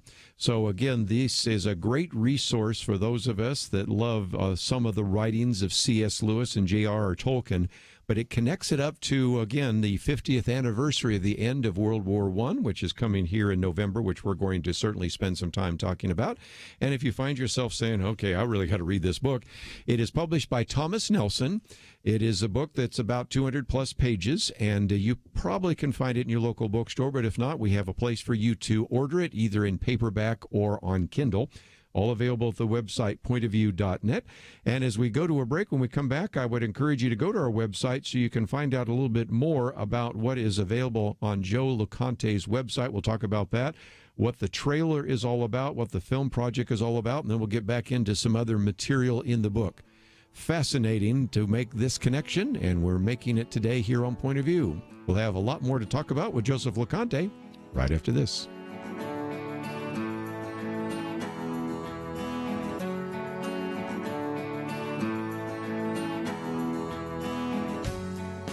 Go mobile with Point of View and take transformation with you on the go. Search in Google Play or the Apple Store for Point of View Radio, the Point of View Radio mobile app. Download it free today. Good news. You are not stuck with your healthcare plan. Really. You have a choice, and it's a great one. It's called MediShare, and if you've heard about it and wondered what exactly it is, it's a way that people share their healthcare bills. And these are people who have a common faith, who want to be part of something beautiful that not only meets their healthcare needs, but the needs of others too. And it's people who love to save money, big time. MediShare members typically save $500 a month per family on their healthcare costs. That is a life changer for people. So this could be for you. Maybe it's what you've been looking for, a way to pay healthcare bills that's not only very smart financially, but it's even profound. MediShare is a nonprofit with 400,000 members nationwide who pray for and share with each other. So yes, you're not stuck. There's another way, and it could save you a lot. Find out more. Call 855-90-BIBLE. That's 855-90-BIBLE. 855-90-BIBLE. Point of View will continue after this.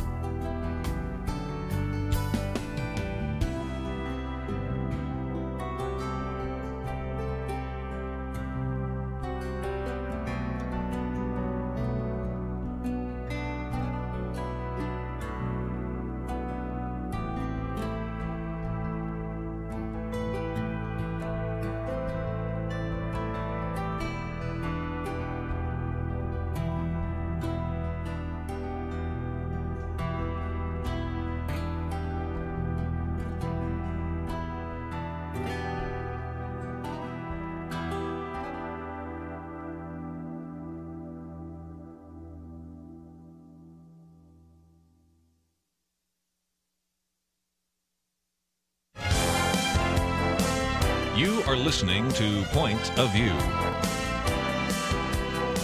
The opinions expressed on Point of View do not necessarily reflect the views of the management or staff of this station. And now, here again is Kerby Anderson. Continue our conversation today with Dr. Joseph Loconte, who is Associate Professor of History at the King's College in New York City, which, by the way, I think would be just a great place for you to consider sending your children or grandchildren. So we'll talk about that a little bit later. Teaches courses on Western civilization, American foreign policy, international human relations, and the author of a number of books, one I didn't mention before, which certainly was very helpful in the 1990s, Seducing the Samaritan, How Government Contracts Are Reshaping Social Services, his book, and books by Marvin Olasky and others really talking about that issue. But more recently, of course, we wanted to highlight two books. One, God, Locke, and Liberty, The Struggle for Religious Freedom in the West, very similar to some of the conversation we had just an hour ago with Os Guinness, and this new book, which is entitled A Hobbit, a Wardrobe, and a Great War. So all of it is available at josephloconte.com. You don't have to even know how to spell it, because all you have to do is click on his picture, and that will take you to the website.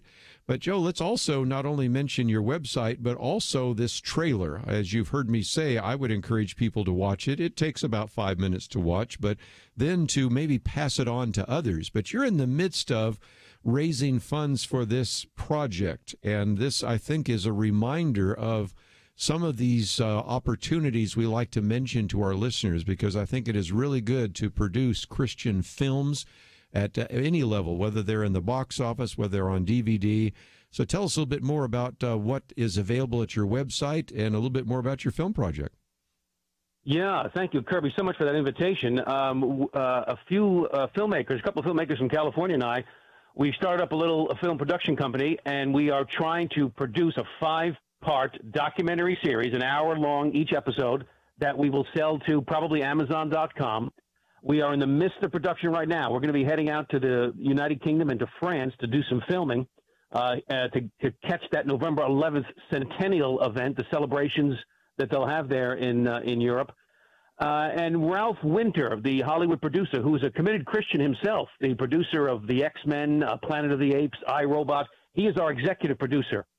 And thanks to a generous grant that just came into our offices here recently, we're going on this next film production trip, and it's a matching grant. So up to $75,000. This wealthy, generous couple have offered. If anybody who gives now, their donation will be doubled. And what that will do in a practical way is it's going to help us produce episode 1 of this 5-episode film series. And that, well, I think, will really put this story on the map, particularly with an outfit like Amazon.com, which you may know, Kerby. They've signed a deal, a multi-million-dollar deal with the Tolkien estate to produce a television series based on the Lord of the Rings. That's going to start, I think, next year. So we're hoping to catch some of that wave as we produce this documentary film series. We're very, very excited about it, telling the story of Tolkien and Lewis and how war, the experience of war, the threat of war, shaped their friendship, shaped their literary imagination, and really has helped to shape the 20th century. I might just mention that John Rogers, who's on my board, is one that first told me about your film project, and I thought, well, let's get you on, talk about the book, talk about the film project, and so we really wish you well on that, and encourage people to find out more about how they can participate.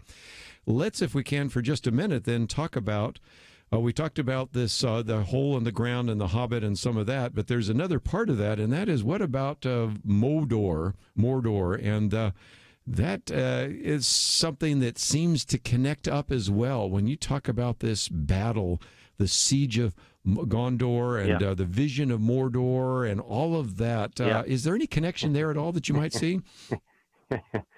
Well, that's a terrific question.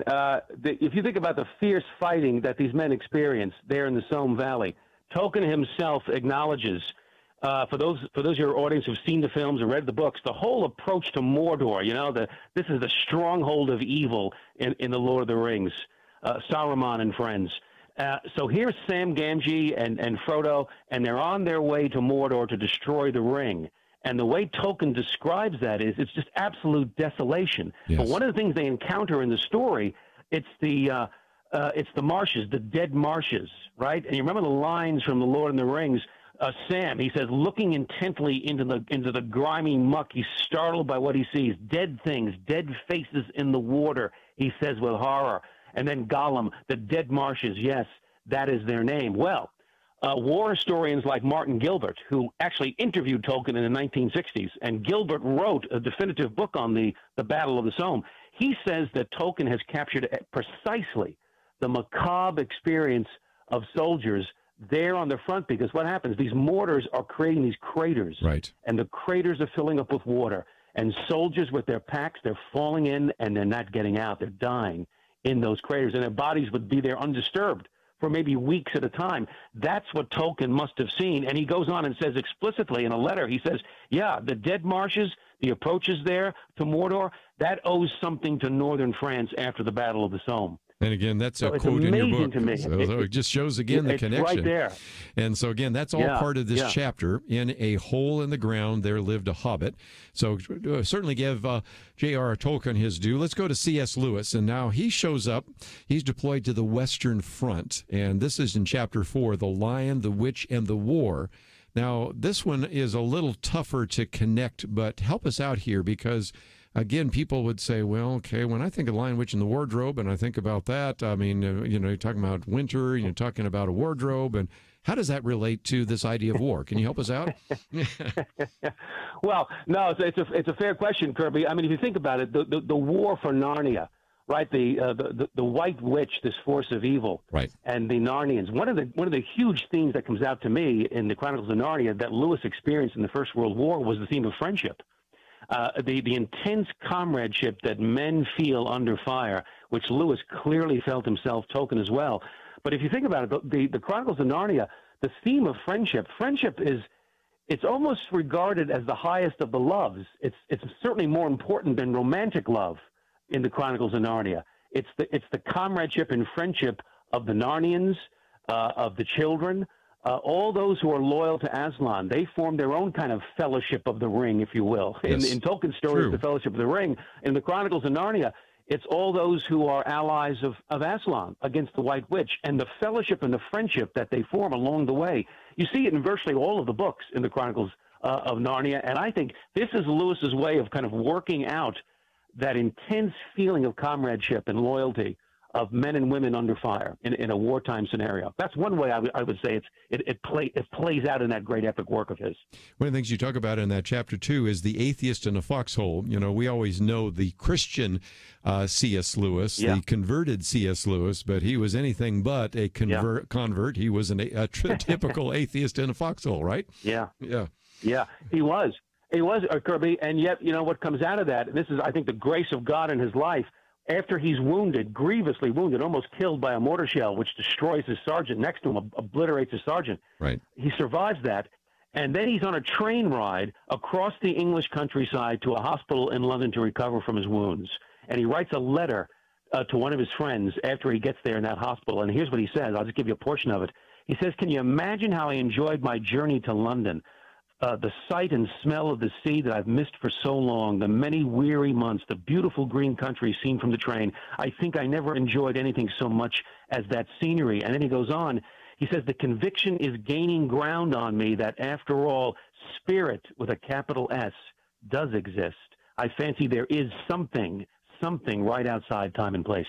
So something's going on in Lewis's heart and mind in the aftermath of that war, on this train ride across a beautiful English countryside. I think he's experiencing beauty and joy, and it's stirring up his moral imagination, and it's challenging his atheism. It's a remarkable moment in his life that I don't think his biographers have given enough attention to, but it's out of the furnace of war. Again, I think God is using that moment.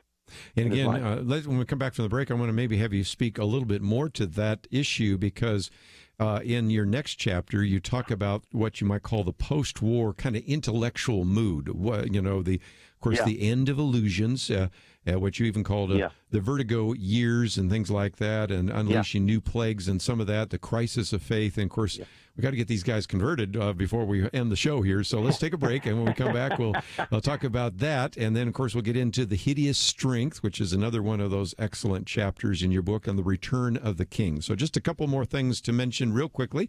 We don't cover all of it. That's why you want to get a copy of the book, 200 pages, and most importantly, if some of you would want to join with him in the financial investment of films, which is, I think, a great investment. Just think about how these documentaries and how these fictional films and non-fictional films have been able to really begin to talk about Christian faith. And if you sometimes are so frustrated by what Hollywood is producing, well, then you can curse the darkness, or I got a better idea. Why don't we light some lamps? So we've given you some links to Joseph Loconte and what he is doing there. We, of course, have information about the book, The Hobbit, A Wardrobe and a Great War, published by Thomas Nelson. You should be able to find it in your local bookstore, but if not, we've made it really easy for you to get a copy of. Since the book's been out for a while, probably the best thing to do is to order it online, and we'll give you that opportunity to do so right after these messages.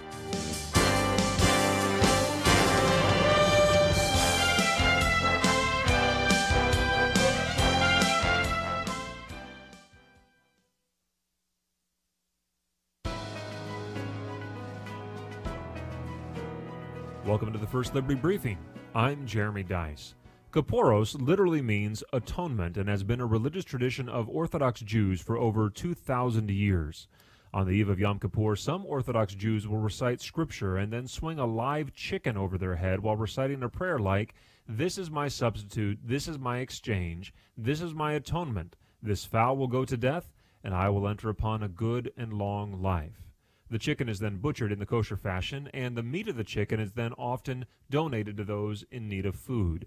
The ceremony invites the participants to contemplate their own mortality and appreciate the atonement of their sins.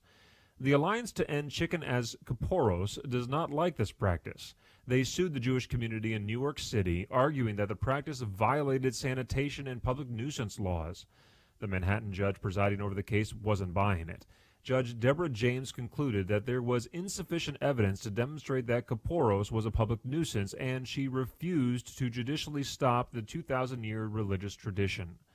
The Alliance to End Chickens as Kaporos may not like it, but the First Amendment is a high bar protecting even peaceful minority religious rituals involving chickens. That bar should not be lowered unless there is a clear, compelling reason to do so. To learn how First Liberty is protecting religious liberty for all Americans, visit firstliberty.org. Hi, I'm Kelly Shackelford, President and Chief Counsel of First Liberty Institute. I hope you enjoyed this episode of First Liberty Briefing. You can learn more amazing stories about how everyday Americans are standing up and saving religious freedom. Just visit firstliberty.org. You'll be inspired, educated, and informed. Visit firstliberty.org right now.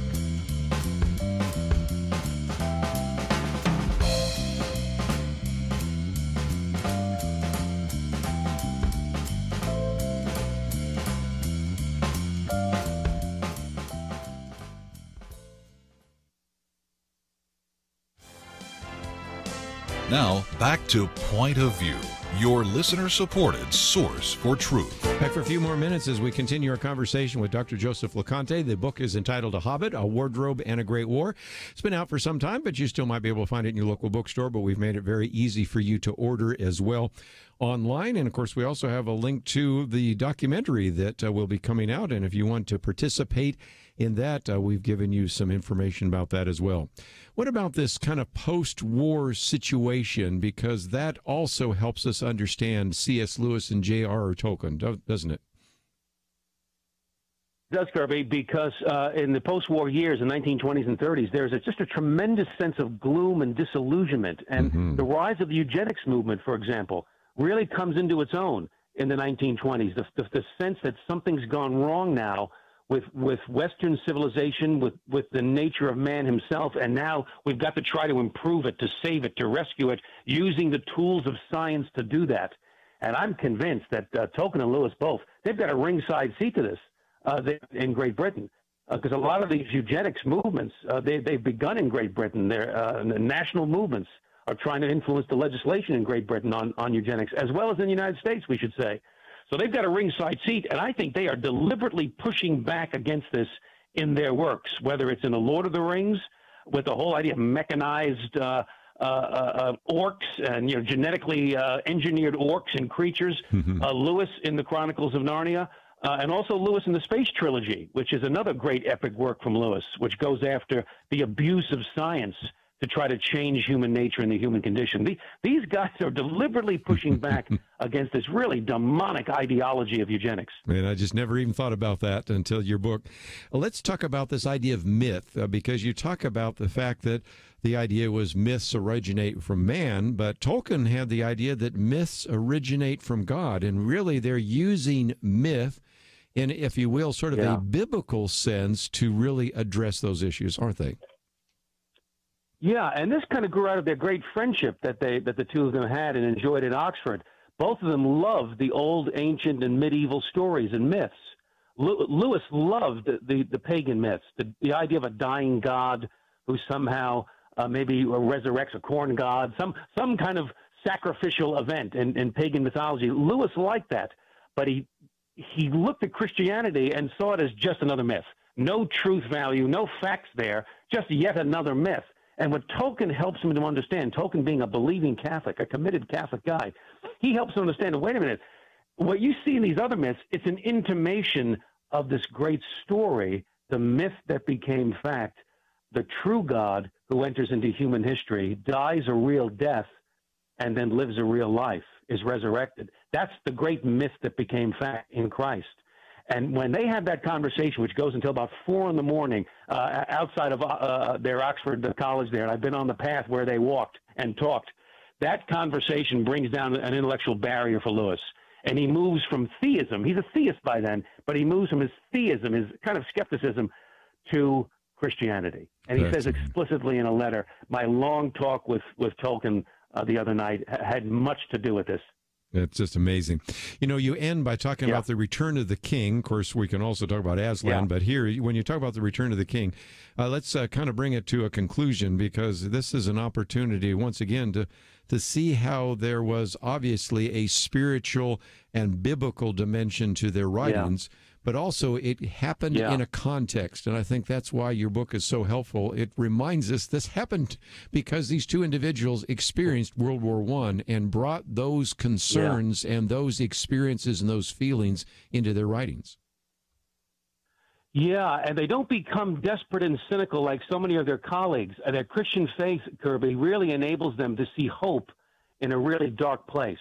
So in both their works, if you think about it, in the Chronicles of Narnia, at the end of the last battle, the children can't save themselves. They need grace and love and redemption that has to come from outside of them. And of course, it's Aslan who recreates all of Narnia, opens up a portal to the new kingdom, right? And in the Lord of the Rings, it's a similar kind of story of redemption, because at the end of the day, Sam fails in his quest. He doesn't really destroy the ring. He puts it on his finger and says, the ring is mine. And it takes Gollum, this wicked creature, to then seize the ring from Frodo and fall into the cracks of doom. That's how the ring is destroyed. According to Tolkien, it's a sudden act of grace, a miraculous act of grace that comes from outside of us. So both of these men understand that the human condition is so depraved, it's so broken, that we cannot save ourselves, we can't rescue ourselves. We need a source of grace and goodness outside of ourselves. And I think something of that experience of war, I think, drove home that truth, what the human condition is really like. They were not utopians. They were Christian realists, and they gave us great stories of hope and redemption. Yeah, and I took the world as it is rather than how it wanted to be someday. Yeah. Just before we run out of time, let's talk about, again, we have a link to hobbitwardrobe.com where people can just simply follow the link. And this is an opportunity for people to be a part of the documentary film series that you have, taking your New York Times bestseller book and putting it into a 5-part series. So talk about how people can get involved with you.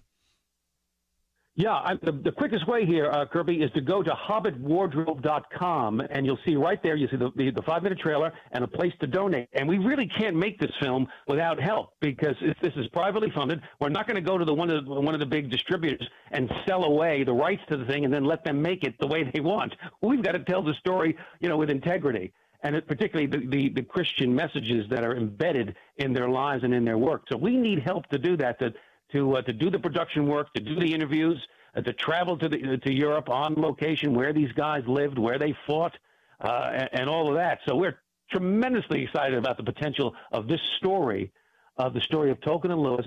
If I had to boil down to 3 words, Kerby, it's war, friendship, and beauty. War, friendship, and beauty, because it's the crucible of war that makes possible the friendship between Tolkien and Lewis. And it's the friendship between these two men that really helps make possible the creation of these great epic works that embody moral beauty. If that story doesn't get people excited, especially the Christian community, if that doesn't get them excited on the big screen, I don't know what will. So I really encourage people to go and see the trailer, hobbitwardrobe.com, and help us make this film series. Let me just mention again that the trailer is about 5 minutes long. You'll have a chance to not only see Joseph Loconte, but Alistair McGrath and a variety of other people. You'll get a sense of some of the locations, how they're going to shoot that, and you'll get a chance to get a feel for what it's going to look like. And then, of course, it's got pictures of everything from Tolkien to C.S. Lewis. So I think you're going to find the trailer really interesting. And that's a way, number one, that you can have a better understanding of what you might be investing in. But also, more importantly, you can pass it on to others that might want to know about this as well. So if you're not familiar with the book, it's been out for some time. But again, we make it possible for you to order the book online, A Hobbit, A Wardrobe, and a Great War. It is written by Joseph Loconte, New York Times bestseller. And, of course, they want to turn this into a 5-part documentary series, and they'll be heading over there soon because the end of the war, November 11th, 11/11/11, taking place this year. So just some great opportunities for us to be involved with that, and I wanted you to know about it. So, Joe, thank you for joining us. It's been too long, and I look forward to the next opportunity. Kerby, thanks so much. You've been so generous with your time. Great being with you. We're going to take a break, and let me give you a chance to find some of the material that we've talked about today. Last hour we talked with Os Guinness, and so if you'd like to know about his book, that is available on the website. We've just been talking about Joseph Loconte, and his book is on the website as well.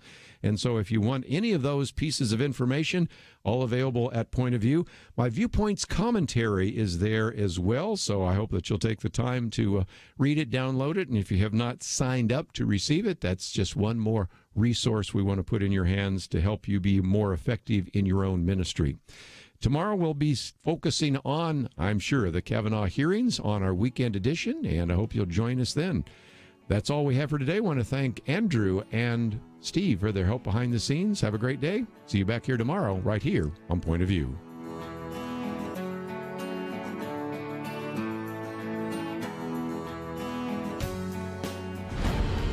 From Universal 1440 comes Unbroken, Path to Redemption. Based on the best-selling book telling the rest of the true story of Olympian and World War II hero Louis Zamperini. Tonight, there's a drowning man just looking for some type of hope for the future. But there's a lifeline. Just reach out. Unbroken, Path to Redemption. Rated PG-13. May be inappropriate for children under 13. Now playing. More information is available at unbrokenfilm.com. You don't become an Olympian without investing all you've got. You don't become a war hero without putting it all on the line. Those who leave a mark on this world demonstrate they believe in something greater than themselves, a purpose, a cause. In a time of fake news, the need for solid information is perhaps greater than ever. Bring truth to the nation by joining the Truth Team At Point of View, our cause needs heroes like you. Demonstrate what you believe. Visit pointofview.net/team or call 800-347-5151. Pointofview.net/team and 800-347-5151. Point of View is produced by Point of View Ministries.